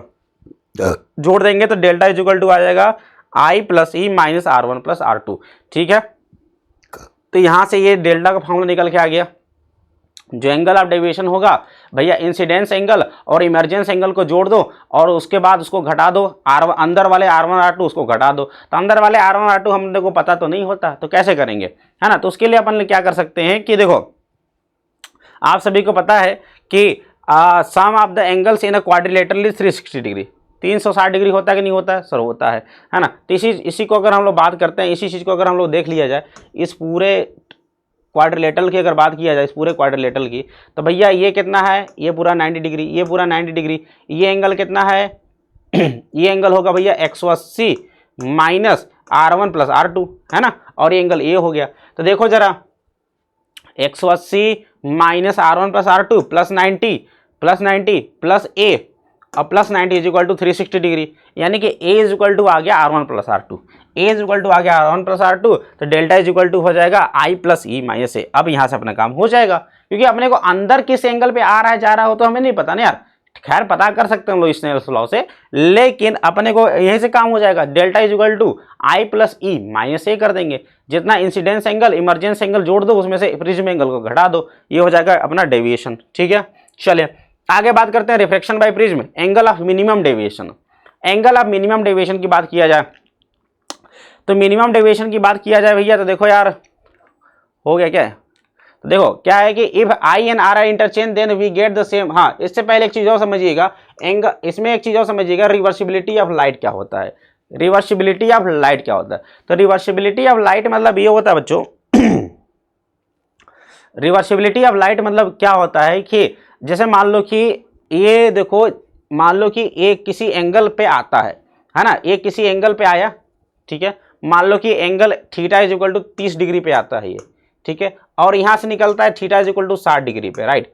तो 30 डिग्री पे आया, 60 डिग्री पे निकल गया। अगर इसी को आप अगर इधर से 60 डिग्री पे डाल दोगे ना, तो ये 30 डिग्री पे ही निकलेगा। तो ये होता है बच्चों रिवर्सिबिलिटी ऑफ लाइट। तो क्या कहता है ये कि if I and E are interchange then we get the same value of delta because of the principle of reversibility. तो अपने को आई और ई को चेंज कर दो तो कोई फर्क नहीं पड़ता है। आई और ई को चेंज कर दो, क्योंकि आई और ई में देखो जरा यहाँ पे आई की जगह ई कर दो, ई की जगह आई कर दो, कोई फर्क पड़ेगा क्या? अरे भाई 30 + 10 करो या फिर 10 + 30 करो, कोई फर्क नहीं पड़ेगा। ठीक है, समझ गया? क्लियर है? यानी कि अपना जो है अपना जो है इंसिडेंस एंगल और इमरजेंस एंगल को चेंज कर देने पे कोई फर्क नहीं पड़ता। हमने शुरुआत में इंसिडेंस एंगल x और इमरजेंस एंगल y रखा, बाद में इंसिडेंस एंगल y और इमरजेंस एंगल x इंटरचेंज कर दिया। तो दोनों केस में देखो डेविएशन, इस केस में डेविएशन कितना है, यही इतना ही है, इस केस में डेविएशन देखो बराबर है। तो दोनों केस में देखो बच्चों डेविएशन देखो क्या होता है, बराबर होता है। और इसका ग्राफ कुछ इस तरीके से चलता है, डेल्टा वर्सेस आई का graph, delta versus I graph कुछ इस तरीके से चलता है। सेम एंगल मतलब आई और ई को चेंज करने पर कोई फर्क नहीं पड़ेगा अपना। ठीक है, चलो, है ना। अब बात करते हैं हम लोग मिनिमम एंगल ऑफ डेविएशन, जिसकी हम लोग बात कर रहे थे। तो मिनिमम एंगल ऑफ डेविएशन की अगर बात किया जाए तो at minimum angle of deviation the ray will be parallel to the base of the prism. तो जब हम लोग मिनिमम डेविएशन की बात करते हैं तो वो डेविएशन मिनिमम तभी होगा जब हमारा जो रे है ना, जब हमारा ये जो रे है वो बेस के पैरेलल निकल जाए। कैसे निकल जाए? इस बेस के ये पैरेलल निकल जाए। ठीक है, तो इस कंडीशन में क्या होता है, इस कंडीशन में जो आई है और ई है ये बराबर हो जाते हैं। क्या होता है बच्चों? आई और ई बराबर हो जाते हैं, क्योंकि पैरेलल निकल गया यार, है ना। तो बिल्कुल इसमें कोई मतलब कि कुछ बेंडिंग हुआ ही नहीं। तो जितना एंगल पे ये आया था उतने एंगल पे ये निकल गया। तो आई और ई जब बराबर हो जाएंगे तो क्या होगा बताओ? Delta M is equal to 2i minus A. I plus E बराबर थे, आई प्लस ई मतलब आई प्लस ई क्या हो जाएगा? 2i के बराबर हो जाएगा, तो 2i माइनस ए हो जाएगा, राइट। तो और R1 R2 बराबर हो जाएंगे इस केस में, और आई प्लस ई, आई और ई बराबर हो जाएंगे। इसका ग्राफ कुछ इस तरीके से बनेगा, है ना। इस पॉइंट पे, जिस पॉइंट पे आई और ई बराबर होंगे उस पॉइंट पे मिनिमम डेविएशन अपने को देखने को मिलता है। तो मिनिमम डेविएशन के लिए स्टेटमेंट भी आप सभी को याद रखना है कि मिनिमम डेविएशन तब होगा जब अपना जो रे होगा बेस के पैरेलल निकल जाए। भाई बेस के कैसे निकल जाए? पैरेलल निकल जाए। क्लियर है? चलिए, है ना, आगे चला जाए। तो हमने देखा भैया कि जो डेल्टा था वो आई प्लस ई माइनस ए के बराबर आ गया, है ना। मिनिमम एंगल ऑफ डेविएशन की अगर हम लोग बात कर लेते हैं तो उस कंडीशन में हमने देखा कि डेल्टा एम 2i माइनस ए हो गया। और यहाँ से अगर आपसे आई पूछ दे कि ऐसा एंगल बताइए जिसपे कि हमारा डेविएशन मिनिमम हो, तो वहाँ से आई इज इक्वल टू क्या होगा? Delta M plus A by में 2। ठीक है, और a is equal to R1 plus R2 हो ही गया। और मिनिमम एंगल ऑफ डेविएशन में R1 R2 दोनों बराबर होंगे तो दोनों 2r के बराबर हो जाएगा। तो r इज इक्वल टू आ गया a/2, r is equal to आ गया a/2।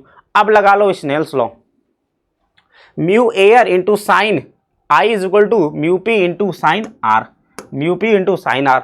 ठीक है, तो म्यू एयर के लिए रिफ्रैक्टिव इंडेक्स 1, साइन आई की जगह पे delta M plus a/2 is equal to mu P into sine a/2, sine a/2, है ना, r की जगह a/2। तो यहाँ से mu P is equal to आपने निकाल लिया sine delta M plus a/2 divide by sine a/2। This is the very famous formula. यही तो है बहुत फेमस फार्मूला जिसका डेरिवेशन आप सभी को पूछ भी देता है कभी कभी। ठीक है, क्लियर है? तो इस तरीके से आप इसका वैल्यू यहाँ से कैलकुलेट कर सकते हो भाई सब। ठीक है, चल आगे चला जाए, है ना। Refractive index in terms of delta M for the thin prism. हम बात कर लेते हैं थोड़ा सा थीन प्रिज्म की बात कर लेते हैं। तो थीन प्रिज्म के लिए यार होता क्या है, देखो देखो mu P is equal to आपने देखा कि जो साइन है डेल्टा, है ना, म्यू पी मतलब प्रिज्म, म्यू पी क्या है? प्रिज्म का रिफ्रैक्टिव इंडेक्स है भाई, है ना। तो म्यू पी क्या है? प्रिज्म का रिफ्रैक्टिव इंडेक्स कितना आ गया? Sine delta M plus a/2 divide by sine a/2, right. तो अब देखो जरा, हमने क्या किया, थीन प्रिज्म की बात कर ली। थीन प्रिज्म के लिए जो a होगा वो बहुत कम होगा, पतले प्रिज्म के लिए a बहुत कम होगा। तो भाई साइन अगर a कम है तो साइन a को हम लोग क्या लिख सकते हैं? लगभग a तो लिख ही सकते हैं। साइन a को क्या लिख सकते हैं? लगभग a लिख सकते हैं, है ना। तो ऊपर नीचे साइन हटा दो तो delta M plus a/2, a/2 2 से 2 कटा दो तो delta M is equal to आ जाएगा a into mu P minus 1, है ना। तो जब थीन प्रिज्म होता है, जब प्रिज्म अपना बहुत पतला होता है तो उस कंडीशन में जो एंगल ऑफ डेविएशन होता है वो a into mu P minus 1 होता है। ठीक है, याद रखना। चलो बात करते हैं हम लोग डिस्पर्सन ऑफ लाइट की, फटाफट बात करेंगे यार। डिस्पर्सन ऑफ लाइट मतलब the phenomena of splitting of light into its constituent colours, है ना। लाइट का उसके कॉन्स्टिट्यूएंट कलर में बिखरने की घटना को क्या कहते हैं? डिस्पर्सन ऑफ लाइट कहते हैं, राइट। जैसे कि आप सभी लोग देख रहे हैं व्हाइट लाइट आया और है ना। व्हाइट लाइट में 7 डिफरेंट डिफरेंट कलर्स होते हैं, तो सबका अलग अलग क्या होगा, अलग अलग डेविएशन होगा, जिसकी वजह से अपने को एक पैटर्न अपने को देखने को मिल जाता है। क्लियर है, समझ में आ गया।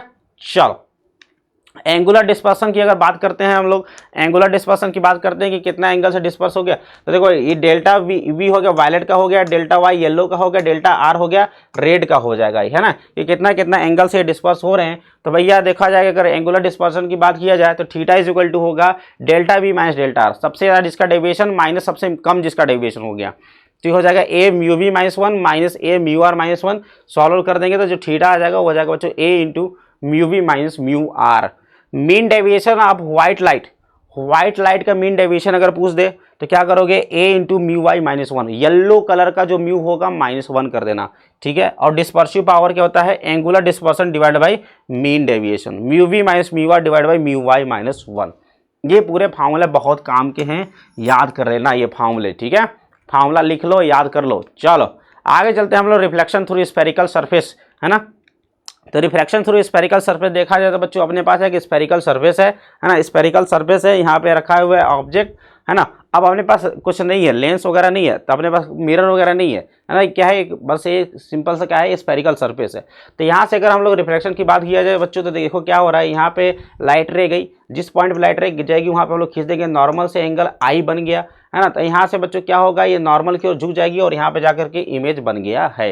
ये हो गया इसका सेंटर ऑफ कर्वेचर सी, इसका ये डिस्टेंस हो गया आर, ये मीडियम हो गया म्यू टू, वी हो गया इसका पोल से आई तक का डिस्टेंस, और यू हो गया इसके बीच का डिस्टेंस, ठीक है, समझ में आ रहा है। चलिए तो याद रखो यार, अपना रे किधर चल रहा है, डायरेक्शन चल रहा है, तो इधर यू जो होगा वो क्या होगा, निगेटिव होगा, है ना। वी क्या होगा, वी होगा अपना पॉजिटिव, और आर भी क्या होगा अपना पॉजिटिव होगा, क्योंकि डिस्टेंस आ रहा है इधर की ओर, इधर वाले डिस्टेंस क्या हो गया पॉजिटिव होंगे, इधर वाले डिस्टेंस क्या होंगे निगेटिव होंगे, ठीक है।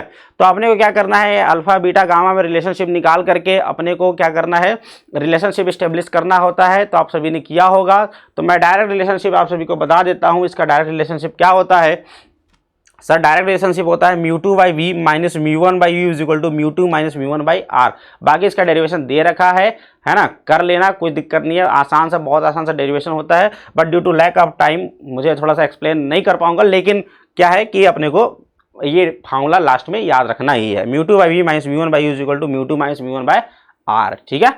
चलो आगे चला जाए, हम लोग बात करते हैं बच्चों, हम लोग लेंस की बात कर लेते हैं।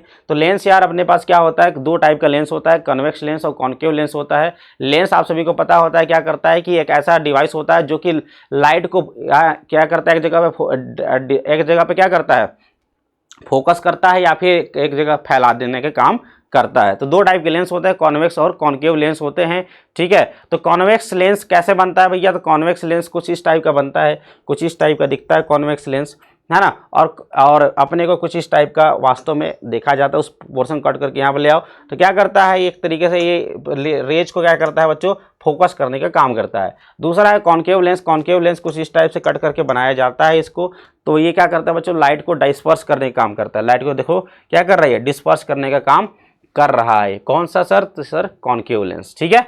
चले अब कॉन्वेक्स लेंस और कॉन्केव लेंस के मिला जुला करके बहुत सारे प्रकार के हम लोग लेंस बना लेते हैं। जैसे दोनों तरफ अगर कॉन्वेक्स है तो बाई कॉन्वेक्स, एक तरफ प्लेन एक तरफ कॉन्वेक्स, प्लेनो कॉन्वेक्स, फिर ये कॉन्वेक्स लेंस हो गया, है ना।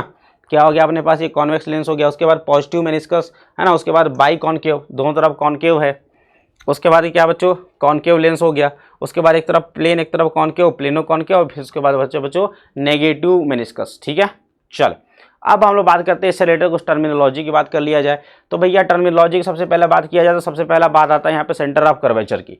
तो सेंटर ऑफ कर्वेचर क्या है, the centre of the sphere of which the each surface of the lens forms a part, ठीक है। तो मतलब कि जो लेंस है वो अलग अलग स्फीयर से मिलकर के बने होंगे। एक पोर्शन अलग, देखो जैसे ये देखो, ये अलग पोर्शन से मिलकर बना होगा, ये दूसरे वाला ये वाला अलग स्फीयर से मिलकर बना होगा। तो इसके लिए ये होगा इसका सेंटर ऑफ कर्वेचर, और इसके लिए यह होगा सेंटर ऑफ कर्वेचर। यानी कि लेंस के लिए दो सेंटर ऑफ कर्वेचर रहेंगे, दो रेडियस ऑफ कर्वेचर रहेगा, दो फोकस रहेंगे, ठीक है। प्रिंसिपल एक्सिस के बाद समझ में आ गया, है ना। The line joining the centre of curvature for the two bounding surface, दोनों बाउंडिंग सरफेस के मिलाने वाली जो लाइन होती है उसको हम लोग क्या बोलते हैं बच्चों, प्रिंसिपल ऑफ एक्सिस कहते हैं। Radius of curvature the distance between the centre of lens and the centre of curvature, है ना। लेंस का जो सेंटर है और सेंटर ऑफ कर्वेचर के बीच का जो डिस्टेंस है that is known as the centre radius of curvature कहा जाता है उसको, ठीक है। ऑप्टिकल सेंटर क्या होता है यार? ऑप्टिकल सेंटर मतलब इसको कहा जाता है सेंटर ऑफ द लेंस को ऑप्टिकल सेंटर कह दो, है ना। तो it is a point for a given lens through which the any ray passes undeviated. तो ऑप्टिकल याद रखना, ऑप्टिकल सेंटर मतलब लेंस का सेंटर को जनरली वैसे डिफाइन नहीं किया जाता, बट ऐसे हम लोग कह देते हैं। लेकिन ऑप्टिकल सेंटर ऐसा पॉइंट होता है जहां से अगर कोई भी रे गुजरी तो भैया कोई भी डेविएशन नहीं होता है, इसका सीधे निकल जाती है भाई, ठीक है। तो याद रखना ऑप्टिकल सेंटर क्या होता है बच्चों? Can lie inside on the surface और outside the lens depending upon the values of radius of curvature of the surface, ठीक है।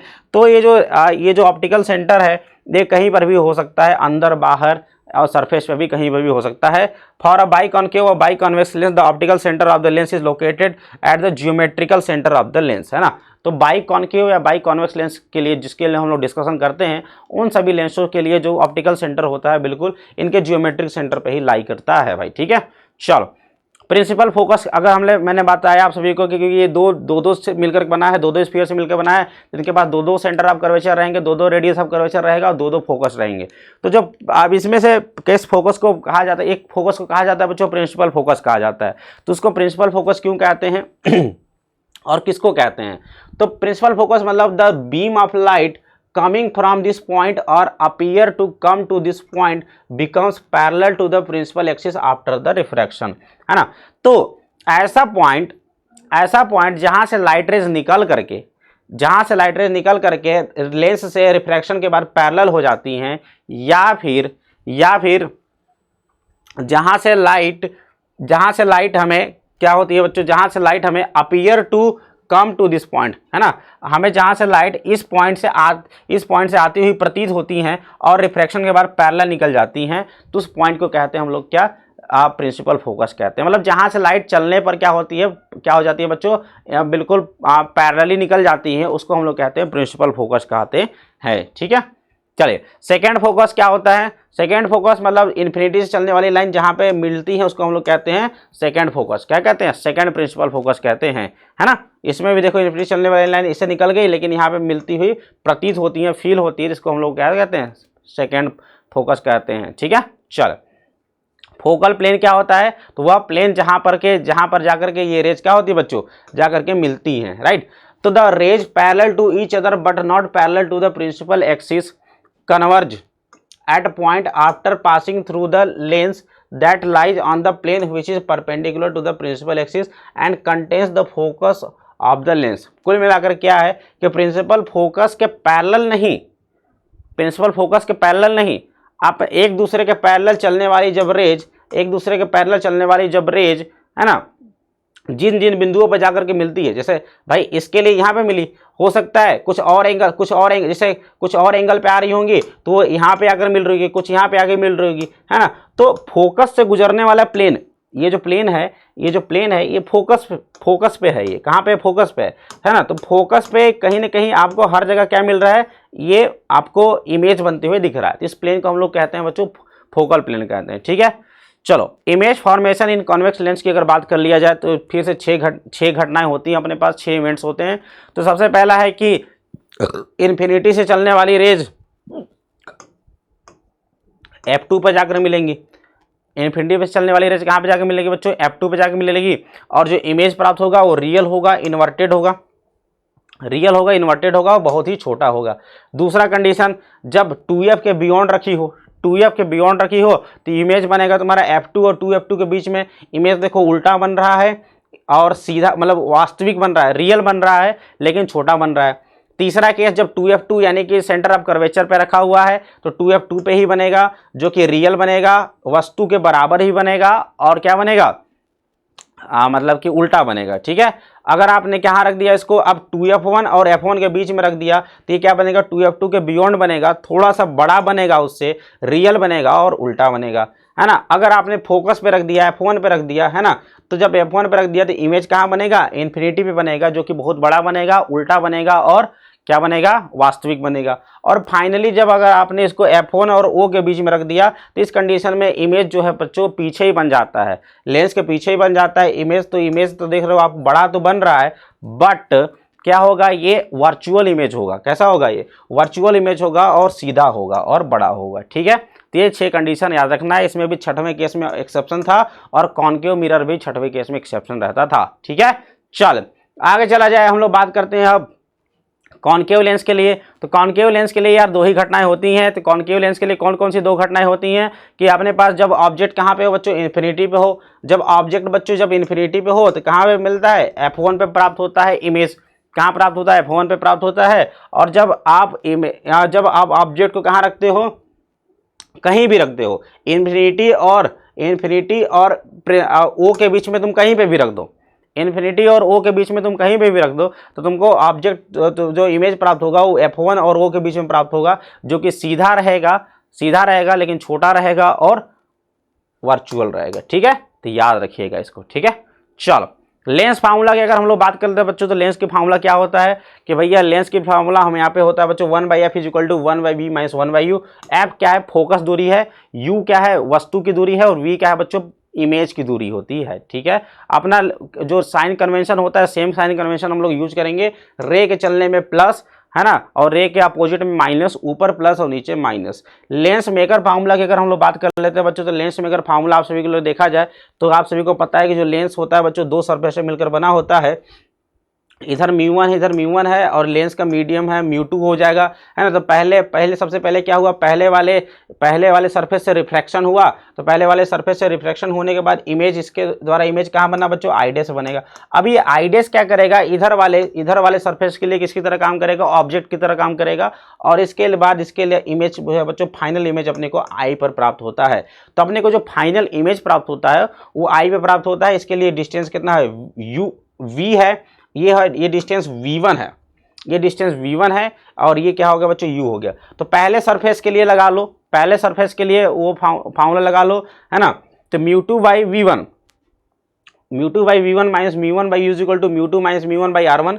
और दूसरे सरफेस के लिए लगा लोगे तो दूसरे सरफेस के लिए क्या होगा, μ2। दूसरा क्या होगा भैया, दूसरा तो ये हो जाएगा इसका, उसके लिए दूसरा क्या होगा, दूसरा कहाँ से कहाँ जा रहा है, लाइट। अब दूसरा हमारा जा रहा है भैया ग्लास से इसमें जा रहा है ना। तो μ1/v minus μ2/v1 = μ1 minus μ2/r2। इन दोनों को जोड़ दो, तो जोड़ दोगे इन दोनों को तो क्या हो जाएगा, जोड़ दोगे इधर तो कॉमन ले लोगे तो फाइनल फार्मूला अपने निकल के आता है 1/f = μ2/μ1 minus 1 bracket 1/r1 minus 1/r2। μ2/μ1 क्या होता है, रिलेटिव रिफ्रैक्टिव इंडेक्स, इसको हम लोग लिख सकते हैं μ-1 भी लिखा जाता है ना। तो μ-1 करोगे मतलब हो रिलेटिव लिखोगे। ठीक है भाई, क्लियर है। चलिए 1/r1 माइनस 1/r2 हो गया। चलिए अब लोग बात करते हैं फटाक से मैग्निफिकेशन। अब लेंस की बात कर लिया जाए तो लेंस कितना बड़ा मैग्निफिकेशन कर पा रहा है यार, कि मतलब है ना, ऑब्जेक्ट की लंबाई HO है ना, और इमेज की हाइट कितनी हो गई, HI हो गया। तो m हो जाएगा हाइट ऑफ इमेज अपन में हाइट ऑफ ऑब्जेक्ट, यानी HI अपन में HO हो जाएगा, राइट है। और HI अपन में HO = V अपन में U होता है, = F अपन में F plus U = F minus V अपन में F होता है। ये फार्मूला आप सभी को याद रखना है, आराम से इसको प्रूव भी कर सकते हो, कोई दिक्कत वाली बात नहीं है। ये लेंस के लिए फार्मूला होता है, M = HI अपन में HO = V अपन में U = F अपन में F plus U = F minus V अपन में F होता है भाई। ठीक है, चलो तो यहाँ से हमारा फार्मूला पूरा निकल गया। लेंस के लिए फार्मूला होता है, और सेम टू सेम कन्वेंशन यहाँ पे भी याद रखेंगे आप सभी लोग। सेम कन्वेंशन यहाँ पे भी याद रखेंगे, जो कि कन्वेंशन हमने देखा था। एम निगेटिव मतलब image is real and inverted, positive मतलब इमेज जो है वर्चुअल है और सीधा है। एम बड़ा एक्स से मतलब अपना इमेज बड़ा है, एम बराबर 1 मतलब इमेज और ऑब्जेक्ट दोनों बराबर हैं, और एम अगर 1 से छोटा है मतलब क्या समझे, इमेज जो है बच्चों छोटा बन रहा है। ठीक है, चले कॉम्बिनेशन ऑफ 2 थीन लेंसेज की अगर बात किया जाए बच्चों, तो 2 थीन लेंस का अगर कॉम्बिनेशन किया जाए तो पहले वाले के लिए अगर देखा जाए बच्चों, पहले वाले की फोकस दूरी f1 है, दूसरे वाले की फोकस दूरी f2 है। ठीक है, तो हम लोग क्या कर रहे हैं, इस पूरे को मिला करके एक नया लेंस की तरह समझ सकते हैं इसको, जिसकी फोकस दूरी है बच्चों fe। तो जो fe होता है 1/fe इक्विवेलेंट जिसको कहते हैं हम लोग, वो 1/f1 प्लस 1/f2 के बराबर होता है ना। पहले वाले के लिए लगा लो 1/f1 = 1/v dash minus u। पहले के लिए इमेज कहाँ बन रहा है, v डैश से बन रहा है, और उसके बाद इसके लिए ऑब्जेक्ट u है। दूसरे के लिए अगर बात किया जाए, दूसरे वाले लेंस के लिए अगर बात करो तो 1/f2 = है ना। अब उसके लिए इसके लिए इमेज कहाँ बन रहा है, v पे बन रहा है, उसके लिए ऑब्जेक्ट कौन सा काम करेगा, v डैश काम करेगा, राइट। तो 1/v माइनस 1/v डैश। अब इन दोनों को जोड़ दो, तो इन दोनों को जोड़ दोगे तो अपना पूरा फॉर्मूला निकल के आ जाता है क्या, इन दोनों को जोड़ दो, इन दोनों को जोड़ दिया तो देखो 1/f is equal to 1/v minus 1/u, है ना। तो 1/f1 plus 1/f2 is equal to क्या बोल दिया मैंने, 1/f is equal to 1/v minus 1/u। यानी कि यहाँ से पूरा फार्मूला समझा जाए तो अगर इन दोनों थीन लेंस को अगर कंबाइन करना है तो इन दोनों थीन लेंस को अलग अलग रिफ्रैक्शन कराने से अच्छा है कि भैया इन दोनों के फोकस दूरी के ले लो और ये फार्मूला लगा लो, यहाँ से एक नया फोकस दूरी निकाल लो और उस फोकस दूरी का क्या लगा दो, एक लेंस लगा दो, अपना काम हो जाएगा। क्लियर है। चले, लेंस की अगर पावर की बात करें भैया तो पावर होता है 1/f के बराबर होता है लेंस के लिए। अगर f1 बड़ा है f2 से यानी कि पावर क्या होगा, कम होगा उससे, समझे नहीं समझे। और इसका SI यूनिट होता है बच्चों डायोप्टर होता है और f should be in metre. f किस में होना चाहिए बच्चों, मीटर में होना चाहिए इस पर्टिकुलर फार्मूले के लिए, ठीक है। चलो, है ना। पावर ऑफ लेंस के कन्वेक्स लेंस के लिए बात किया जाए तो कन्वेक्स लेंस के लिए फोकस दूरी क्या होता है बच्चों, पॉजिटिव होता है, इसलिए इसका पावर भी पॉजिटिव होता है। कॉनकेव लेंस के लिए फोकस दूरी क्या होता है, कॉनकेव लेंस के लिए फोकस दूरी होता है बच्चों निगेटिव, इसलिए इसका पावर भी क्या होता है, निगेटिव होता है, याद रखिएगा, ठीक है। मिरर के लिए फार्मूला होता है बच्चों power is equal to minus का 1/f, क्या होता है, माइनस का 1/f होता है। कॉनकेव मिरर के लिए फोकस क्या होता है बच्चों, फोकस दूरी होता है निगेटिव, इसलिए इसका पावर होता है पॉजिटिव, है ना। उसके बाद अगर हम लोग बात कर लेते हैं कॉन्वेक्स मिरर के लिए तो फोकस दूरी होता है क्या हमारा, पॉजिटिव होता है, इसलिए उसका पावर क्या होता है बच्चों, निगेटिव होता है, ठीक है। समझ में आ रहा है बात, क्लियर है। चले, तो इसी तरीके से हमारे पास बहुत सारे अगर लेंसेज हैं, अगर उनको आप कंबाइन कर देते हो तो पावर भी आपका कंबाइन हो जाएगा, है ना। तो 1/f is equal to 1/f1 plus 1/f2 plus dot dot dot 1/fn कर देना। और इस तरीके से 1/f इज इक्वल टू क्या हो जाएगा, power equivalent is equal to पहला के पावर प्लस दूसरे के पावर प्लस तीसरे के power plus dot dot dot. समझ में आ गया क्या, क्लियर है। चलो, अब हम लोग चलते हैं अपना लास्ट टॉपिक, क्या है बच्चों, ऑप्टिकल इंस्ट्रूमेंट। सबसे पहले हम लोग बात करते हैं सिंपल माइक्रोस्कोप की।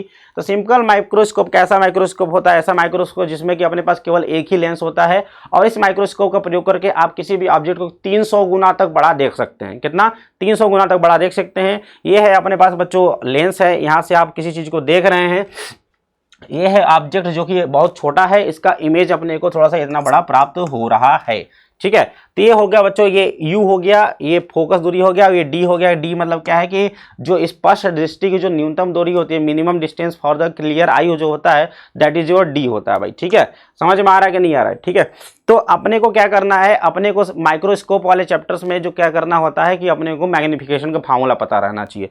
तो मैग्नीफिकेशन का मतलब क्या होता है यार, कि मैग्नीफिकेशन मतलब यहाँ पे ये होता है कि sir theta with lens divide by theta without lens, है ना। लेंस लगाने के बाद आपको कितना बड़ा दिख रहा है और लेंस लगाने से पहले आपको कितना बड़ा दिख रहा था, उसके रेशियो को हम लोग क्या कहते हैं बच्चों, मैग्नीफिकेशन कहते हैं, राइट।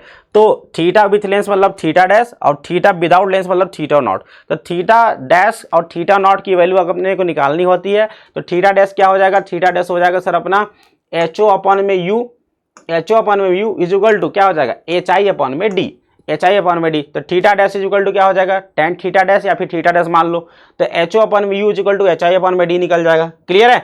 चले, तो सिंपल माइक्रोस्कोप के लिए आपने देखा कि ये इसके बराबर आ गया। और M क्या होता है सर, M होता है अपना बिना लेंस लगाने के बाद तुम्हारा कितना थीटा बन रहा है और लेंस से पहले कितना थीटा बन रहा था, राइट। तो अगर हम लोग मैग्नीफिकेशन की अगर बात कर लें इसके, तो दो कंडीशन में हम लोग बात करेंगे। जब हमारा इमेज बच्चों नियर पॉइंट पे बनता है, यानी कि डिस्टेंस कैपिटल D पे बनता है, 25 सेंटीमीटर पे बनता है, स्पष्ट दृष्टि की न्यूनतम दूरी पे बनता है।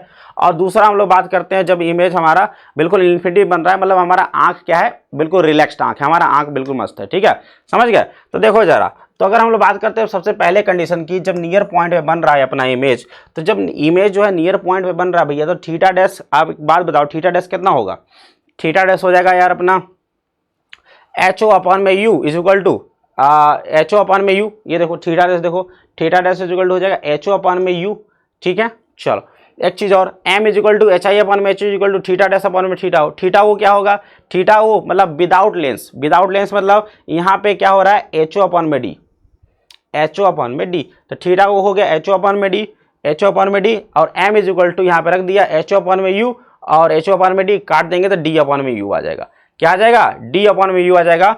और लेंस फार्मूला से भी लगा सकते, लेंस फार्मूला लगा दो अब आगे, तो 1/v is equal to 1/v minus 1/u is equal to 1/f, यानी कि इमेज कहाँ बन रहा है भैया, डी पे बन रहा है, तो minus 1/d is equal to minus U, तो यू पे रखा था इज इक्वल टू 1/f, यहाँ से यू इज इक्वल टू आपने निकाल लिया, इतना आ गया। यू की वैल्यू को अगर आप यहाँ पे रख देते हो तो फाइनल फार्मूला निकल के आता है एम का। सिंपल माइक्रोस्कोप के लिए, सिंपल माइक्रोस्कोप के लिए फार्मूला निकल के आता है M is equal to 1+d/f, 1+d/f जब डी पे इमेज बनता है। दूसरा कंडीशन जब इन्फिनिटी पे बनता है, तो जब इन्फिनिटी बनता है तो m is equal to d/f होता है, बस v की जगह क्या रख दो, इन्फिनिटी रख दो, अपना काम हो जाएगा। तो m इज इक्वल टू होता है d/f, बस बहुत सिंपल सा बात है भाई। जब अपना d पे बन रहा है तो 1+d/f, क्या बोलोगे 1+d/f, और जब इन्फिनिटी पे इमेज बन रहा है मतलब आंख रिलैक्स्ड है, कोई दिक्कत नहीं है ना, आराम से देख रहे हैं हम लोग, तो क्या है m is equal to d/f। Clear है? चले अब हम लोग बात करते हैं बच्चों कंपाउंड माइक्रोस्कोप। कंपाउंड माइक्रोस्कोप एक बहुत तगड़ा लेवल का माइक्रोस्कोप होता है, जिसमें कि आप सिंपल माइक्रोस्कोप का प्रयोग करके केवल 300 गुना देख पा रहे थे। कंपाउंड माइक्रोस्कोप का प्रयोग करके आप किसी भी चीज का इमेज को आप 200 गुना बड़ा 2000 गुना बड़ा देख सकते हैं। कितना? 2000 गुना बड़ा देख सकते हैं। इसमें हमारे पास 2 लेंस लगे रहते हैं, देखिए जरा, है ना। हम लोग जनरली इसको माइक्रोस्कोपिक लेवल पे डीएनए वगैरह का स्टडी करने के लिए इसका यूज किया जाता है, बिल्कुल, है ना। तो कंपाउंड माइक्रोस्कोप में अपने पास 2 टाइप का लेंस होता है, इसके द्वारा इमेज का बनना बड़ा इंपॉर्टेंट है भैया, इमेज का बनना पढ़ लेना बहुत जरूरी चीज़ है ना। ये पूरा रे डायग्राम रिवाइज जरूर कर लेना। ये अपने पास है जो ऑब्जेक्ट की ओर लेंस होता है उसको ऑब्जेक्टिव लेंस कहते हैं, आंख की ओर जो लेंस होता है उसको हम लोग आईपीस कहते हैं। ये है ऑब्जेक्ट, इतना छोटा सा है, पहले लेंस 2 रिफ्रैक्शन होकर के इमेज अपना बनता है एच डैश। अभी ये एच डैश इस बड़े वाले के लिए किसकी तरह काम करता है, ऑब्जेक्ट की तरह काम करता है। फिर ये इसका इमेज बच्चों, ये फाइनल इमेज अपने को एच आई प्राप्त होता है। तो इसमें मैं आप सभी को डायरेक्ट फार्मूला बता देता हूँ, ये रे ट्रेसिंग वगैरह आप सभी को पता होना ही चाहिए, रिवाइज कर लेना। ये है एच ओ, मतलब बता ही देता हूँ मैं क्या है, यू ओ, यानी कि क्या है बच्चों, ये ऑब्जेक्ट की दूरी है, यू ओ मतलब ऑब्जेक्टिव पीस से, और एफ ओ क्या है, फोकस दूरी ऑफ ऑब्जेक्टिव पीस, ठीक है, ऑब्जेक्टिव लेंस का। क्लियर है? वीओ क्या है, वीओ मतलब ऑब्जेक्टिव पीस ने कितनी दूरी पर इमेज बनाई है। अब ये जो इमेज बनी है इस लेंस के लिए किसकी तरह काम करेगा, ऑब्जेक्ट की तरह काम करेगा, है ना, object for the eye piece. और ये हो गया इसके लिए फोकस दूरी एफ ही हो गया, और इसके लिए जो यहाँ पे इमेज बन रहा है वो क्या हो जाएगा, वी हो जाएगा। तो ये पूरा का अगर देख लिया जाए बच्चों, तो यहाँ से अपने को फिर से क्या चाहिए, मैग्निफिकेशन चाहिए। तो मैग्निफिकेशन थीटा विथ लेंस और विदाउट लेंस, तो थीटा डैश अपने को चाहिए होता है, तो थीटा डैश यहाँ से निकल के आता है वीओ एच ओ अपन में वीओ इंटू यूवी। पूरा देख लेना, डेरिवेशन बहुत आसान सा है, कुछ भी नहीं है, ठीक है, देख लो, मैं बता देता हूँ। टेन थीटा डैश देखो जरा, टेन थीटा डैश कहाँ है, tan theta dash is equal to क्या लिखा है इसने, theta dash is equal to H dash upon में यूवी, है ना, एच डैश अपन में ये डिस्टेंस यूवी होगा कि नहीं होगा, सर होगा। एमओ इज इक्वल टू बताओ, एमओ इज इक्वल टू क्या लिखोगे, माइनस एच डैश अपॉन में एचओ लिखोगे नहीं लिखोगे, ऑब्जेक्टिव पीस के लिए, ऑब्जेक्टिव पीस के लिए एच डैश अपॉन में एचओ लिखोगे, सर बिल्कुल लिखेंगे, is equal to VO upon में यू हो जाएगा। तो यहाँ से एच डैश की वैल्यू निकाल ली, एच डैश की वैल्यू को आप यहाँ रख दो, तो ये फाइनल आ गया आंसर, वीओ एचओ अपॉन में यूओ इंटू यूवी, ठीक है। अब इसके बाद थीटा डैश अपना यही हो गया, थीटा ओ एचओ अपॉन में डी तो हमेशा होता ही है, थीटा ओ क्या होता है, एचओ अपॉन में डी होता है, राइट। तो यहाँ से पूरा कर दिया, तो M is equal to formula निकल के आ गया कि अपना वीओ अपन में यूओ इंटू डी अपन में यूवी। वीओ अपन में यूओ मतलब ऑब्जेक्टिव पीस का मैग्निफिकेशन, और डी अपन में यूवी क्या है बच्चों, आई पीस का मैग्निफिकेशन, यानी ओवरऑल मैग्निफिकेशन दोनों के मैग्निफिकेशन के प्रोडक्ट के बराबर है। क्लियर है? समझ में आ गया? चलो, है ना। तो अब अपने पास मैग्निफिकेशन का एक इंपॉर्टेंट अगर फार्मूला देखा जाए बच्चों, तो अगर अपना इमेज कहाँ पे बन रहा है, जो फाइनल इमेज अगर डी पे बन रहा है, तो फाइनल इमेज अगर डी पे बन रहा है तो अपने को यहाँ पे फार्मूला में करना है वीओ अपन व्यू ब्रैकेट में 1+d अपन में एफ ही कर देना है। और अगर फाइनल इमेज अगर इन्फिनिटी पे बन रहा है तो अपने पास करना है वीओ अपन व्यू इंटू डी अपन में एफ ही कर देना है। मतलब सिंपल माइक्रोस्कोप वाला फार्मूला में क्या करना है, बस ये वाला चीज़ आगे जोड़ देना है बस, ठीक है। तो ये हो जाएगा, थोड़ा सा मैग्निफिकेशन और बढ़ जाता है ऑब्जेक्टिव पीस के द्वारा। क्लियर है? आईपीस तुम्हारा सिंपल माइक्रोस्कोप की तरह काम कर रहा था, लेकिन आपने एक ठो और जोड़ दिया है, जिसकी वजह से इसका मैग्निफिकेशन आप इसमें और मल्टीप्लाई कर दो, बस काम खत्म, ठीक है। तो बस वही है अपना सिंपल माइक्रोस्कोप और कंपाउंड माइक्रोस्कोप की कहानी। बात कर लेते हैं हम लोग लेंथ की बात कर लेते हैं, माइक्रोस्कोप की लेंथ की बात कर लेते हैं। तो अगर इमेज अपना डी पे बनता है तो इसमें इस कंडीशन में अगर अपन लोग बात कर लेते हैं लेंथ, इसके बीच की दूरी की बात कर लेते हैं, माइक्रोस्कोप की लेंथ की अगर बात कर लिया जाए तो ये हो जाएगा बच्चों कितना, तो ये हो जाएगा sir VO plus F E के बराबर, वीओ प्लस यूवी के बराबर, वीओ प्लस यूवी के बराबर, है ना। तो याद रखना वीओ मतलब ऑब्जेक्टिव पीस का इमेज की दूरी प्लस आई पीस के वस्तु की दूरी की, और इस कंडीशन में वीओ प्लस एफ ही करेंगे। इन्फिनिटी पे जब बन रहा है तो इन्फिनिटी पे कब बनेगा, जब इसके लिए यूवी किसके बराबर हो जाए, यूवी किसके बराबर हो जाए, फोकस के बराबर हो जाए, तो यू वीओ प्लस एफ ही। तो इस कंडीशन में लेंथ हो जाएगा वीओ प्लस एफ ही के बराबर होता है। ठीक है, चलो, है ना। तो यहां से हमने फार्मूला पढ़ लिया है, दिख नहीं रहा है कोई बात नहीं, हमने वही चीज वही फार्मूला यहाँ पे लिखा हुआ है। आगे चलते हम लोग बात कर लेते हैं फटाक से टेलीस्कोप की। तो टेलीस्कोप की अगर बात कर ले बच्चों, तो टेलीस्कोप क्या होता है बच्चों, दूर, है ना। माइक्रोस्कोप में क्या हुआ, छोटे छोटी चीजों को हम लोग बड़ा करके देख रहे थे। अब हम लोग टेलीस्कोप का प्रयोग करके क्या करते हैं, दूर वाले चीजों को हम लोग देखने का प्रयास करते हैं, राइट। तो इसमें क्या होता है, जो ऑब्जेक्ट रखा होता है बहुत इन्फिनिटी पे रखा होता है, इससे रेज आती है बच्चों, इन्फिनिटी से आती है ना। तो the telescope is use to form magnified image of the distance object. दूर पे रखे हुए ऑब्जेक्ट का इमेज, बड़ा इमेज बनाने के लिए इसका प्रयोग किया जाता है। इसमें भी दो लेंस होते हैं, ऑब्जेक्टिव लेंस और आई पीस होता है। आंख की तरफ जो होता है उसको आई पीस कहते हैं। वस्तु की तरफ जो रहता है बच्चों, वहां पे लेंस अब बड़ा होता है और यहाँ पे लेंस छोटा होता है आई पीस की ओर, क्योंकि अपने को ज्यादा अमाउंट ऑफ लाइट चाहिए होता है, ताकि बहुत दूरी से लाइट आ रही है, right, as compare to the microscope. ठीक है, तो चलो, ये देखो अल्फा एंगल पे आ रही थी, अल्फा एंगल पे निकल गई, है ना। यहाँ पे देखो सबसे पहले इमेज बनता है एच डैश। अब एच डैश इसके लिए क्या करेगा, वस्तु की तरह काम करेगा, और इसका इमेज ये फाइनल यहाँ पे इमेज एच आई बन जाता है।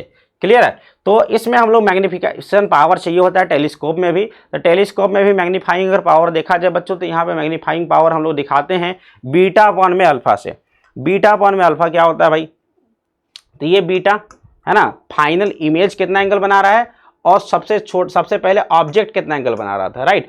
ऑब्जेक्ट कितना एंगल बना रहा था, अल्फा, और इमेज कितना एंगल बना रहा है, बीटा। तो बीटा अपॉन में alpha is our magnifying power, जो कि होता है बच्चों एफ ओ अपॉन में यूवी के बराबर। किसके बराबर होता है, एफ ओ अपॉन में यूवी के बराबर होता है।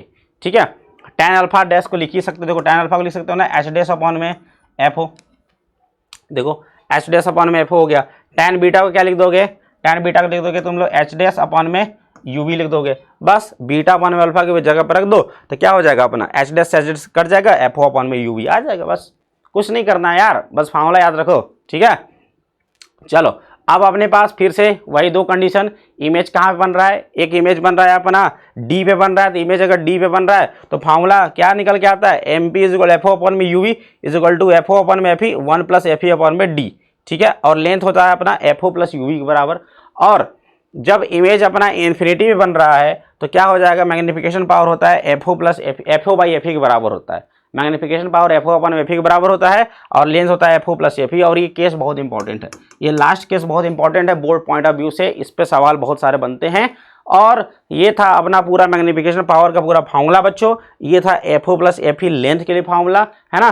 तो यहाँ पे यही सेम चीज़ यहाँ पे लिखा हुआ भी है, इसको आप स्लाइड मिल जाएगा तो आप लोग देख भी लेना, एफ ओ अपॉन में एफ ई फार्मूला कब आता है, और जब डी पे बनता है तब फार्मूला होता है एफ ओ अपॉन में F E 1 plus F E upon में डी होता है। ठीक है, तो ये पूरा एक नंबर का टेबल आप सभी के लिए दिया हुआ। ये टेबल मतलब यार पूरे कहानी जो अभी तक हमने पढ़ा, पूरा कहानी का समरी दिया हुआ है, इसको तुमको रट लेना है, बस यही काम का है पूरा टेलीस्कोप में। और टेलीस्कोप द्वारा इमेज का बनना जरूर 2-3 बार प्रैक्टिस कर लेना बोर्ड के लिए, है ना, क्योंकि सीधे आ जाता है क्वेश्चन कि भैया इमेज डायग्राम बना दो, उसका इमेज कैसे बनता है। ठीक है, और उसके बाद जो सवाल वाल आएंगे, जो हम लोग सवाल करने भी वाले हैं, तो ये भैया ये सवाल के लिए ये फार्मूले प्रैक्टिस कर ही लेना, फार्मूला लिख लेना, याद कर लेना। ठीक है, तो ये था बच्चों हमारा कंप्लीट सेशन रे ऑप्टिक्स का। तो उम्मीद करता हूँ आप सभी को फास्ट रिवीजन हो गया होगा, है ना।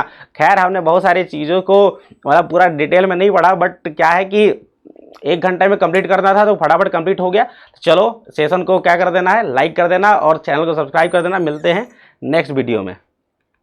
ठीक है, बाय बाय, टेक केयर।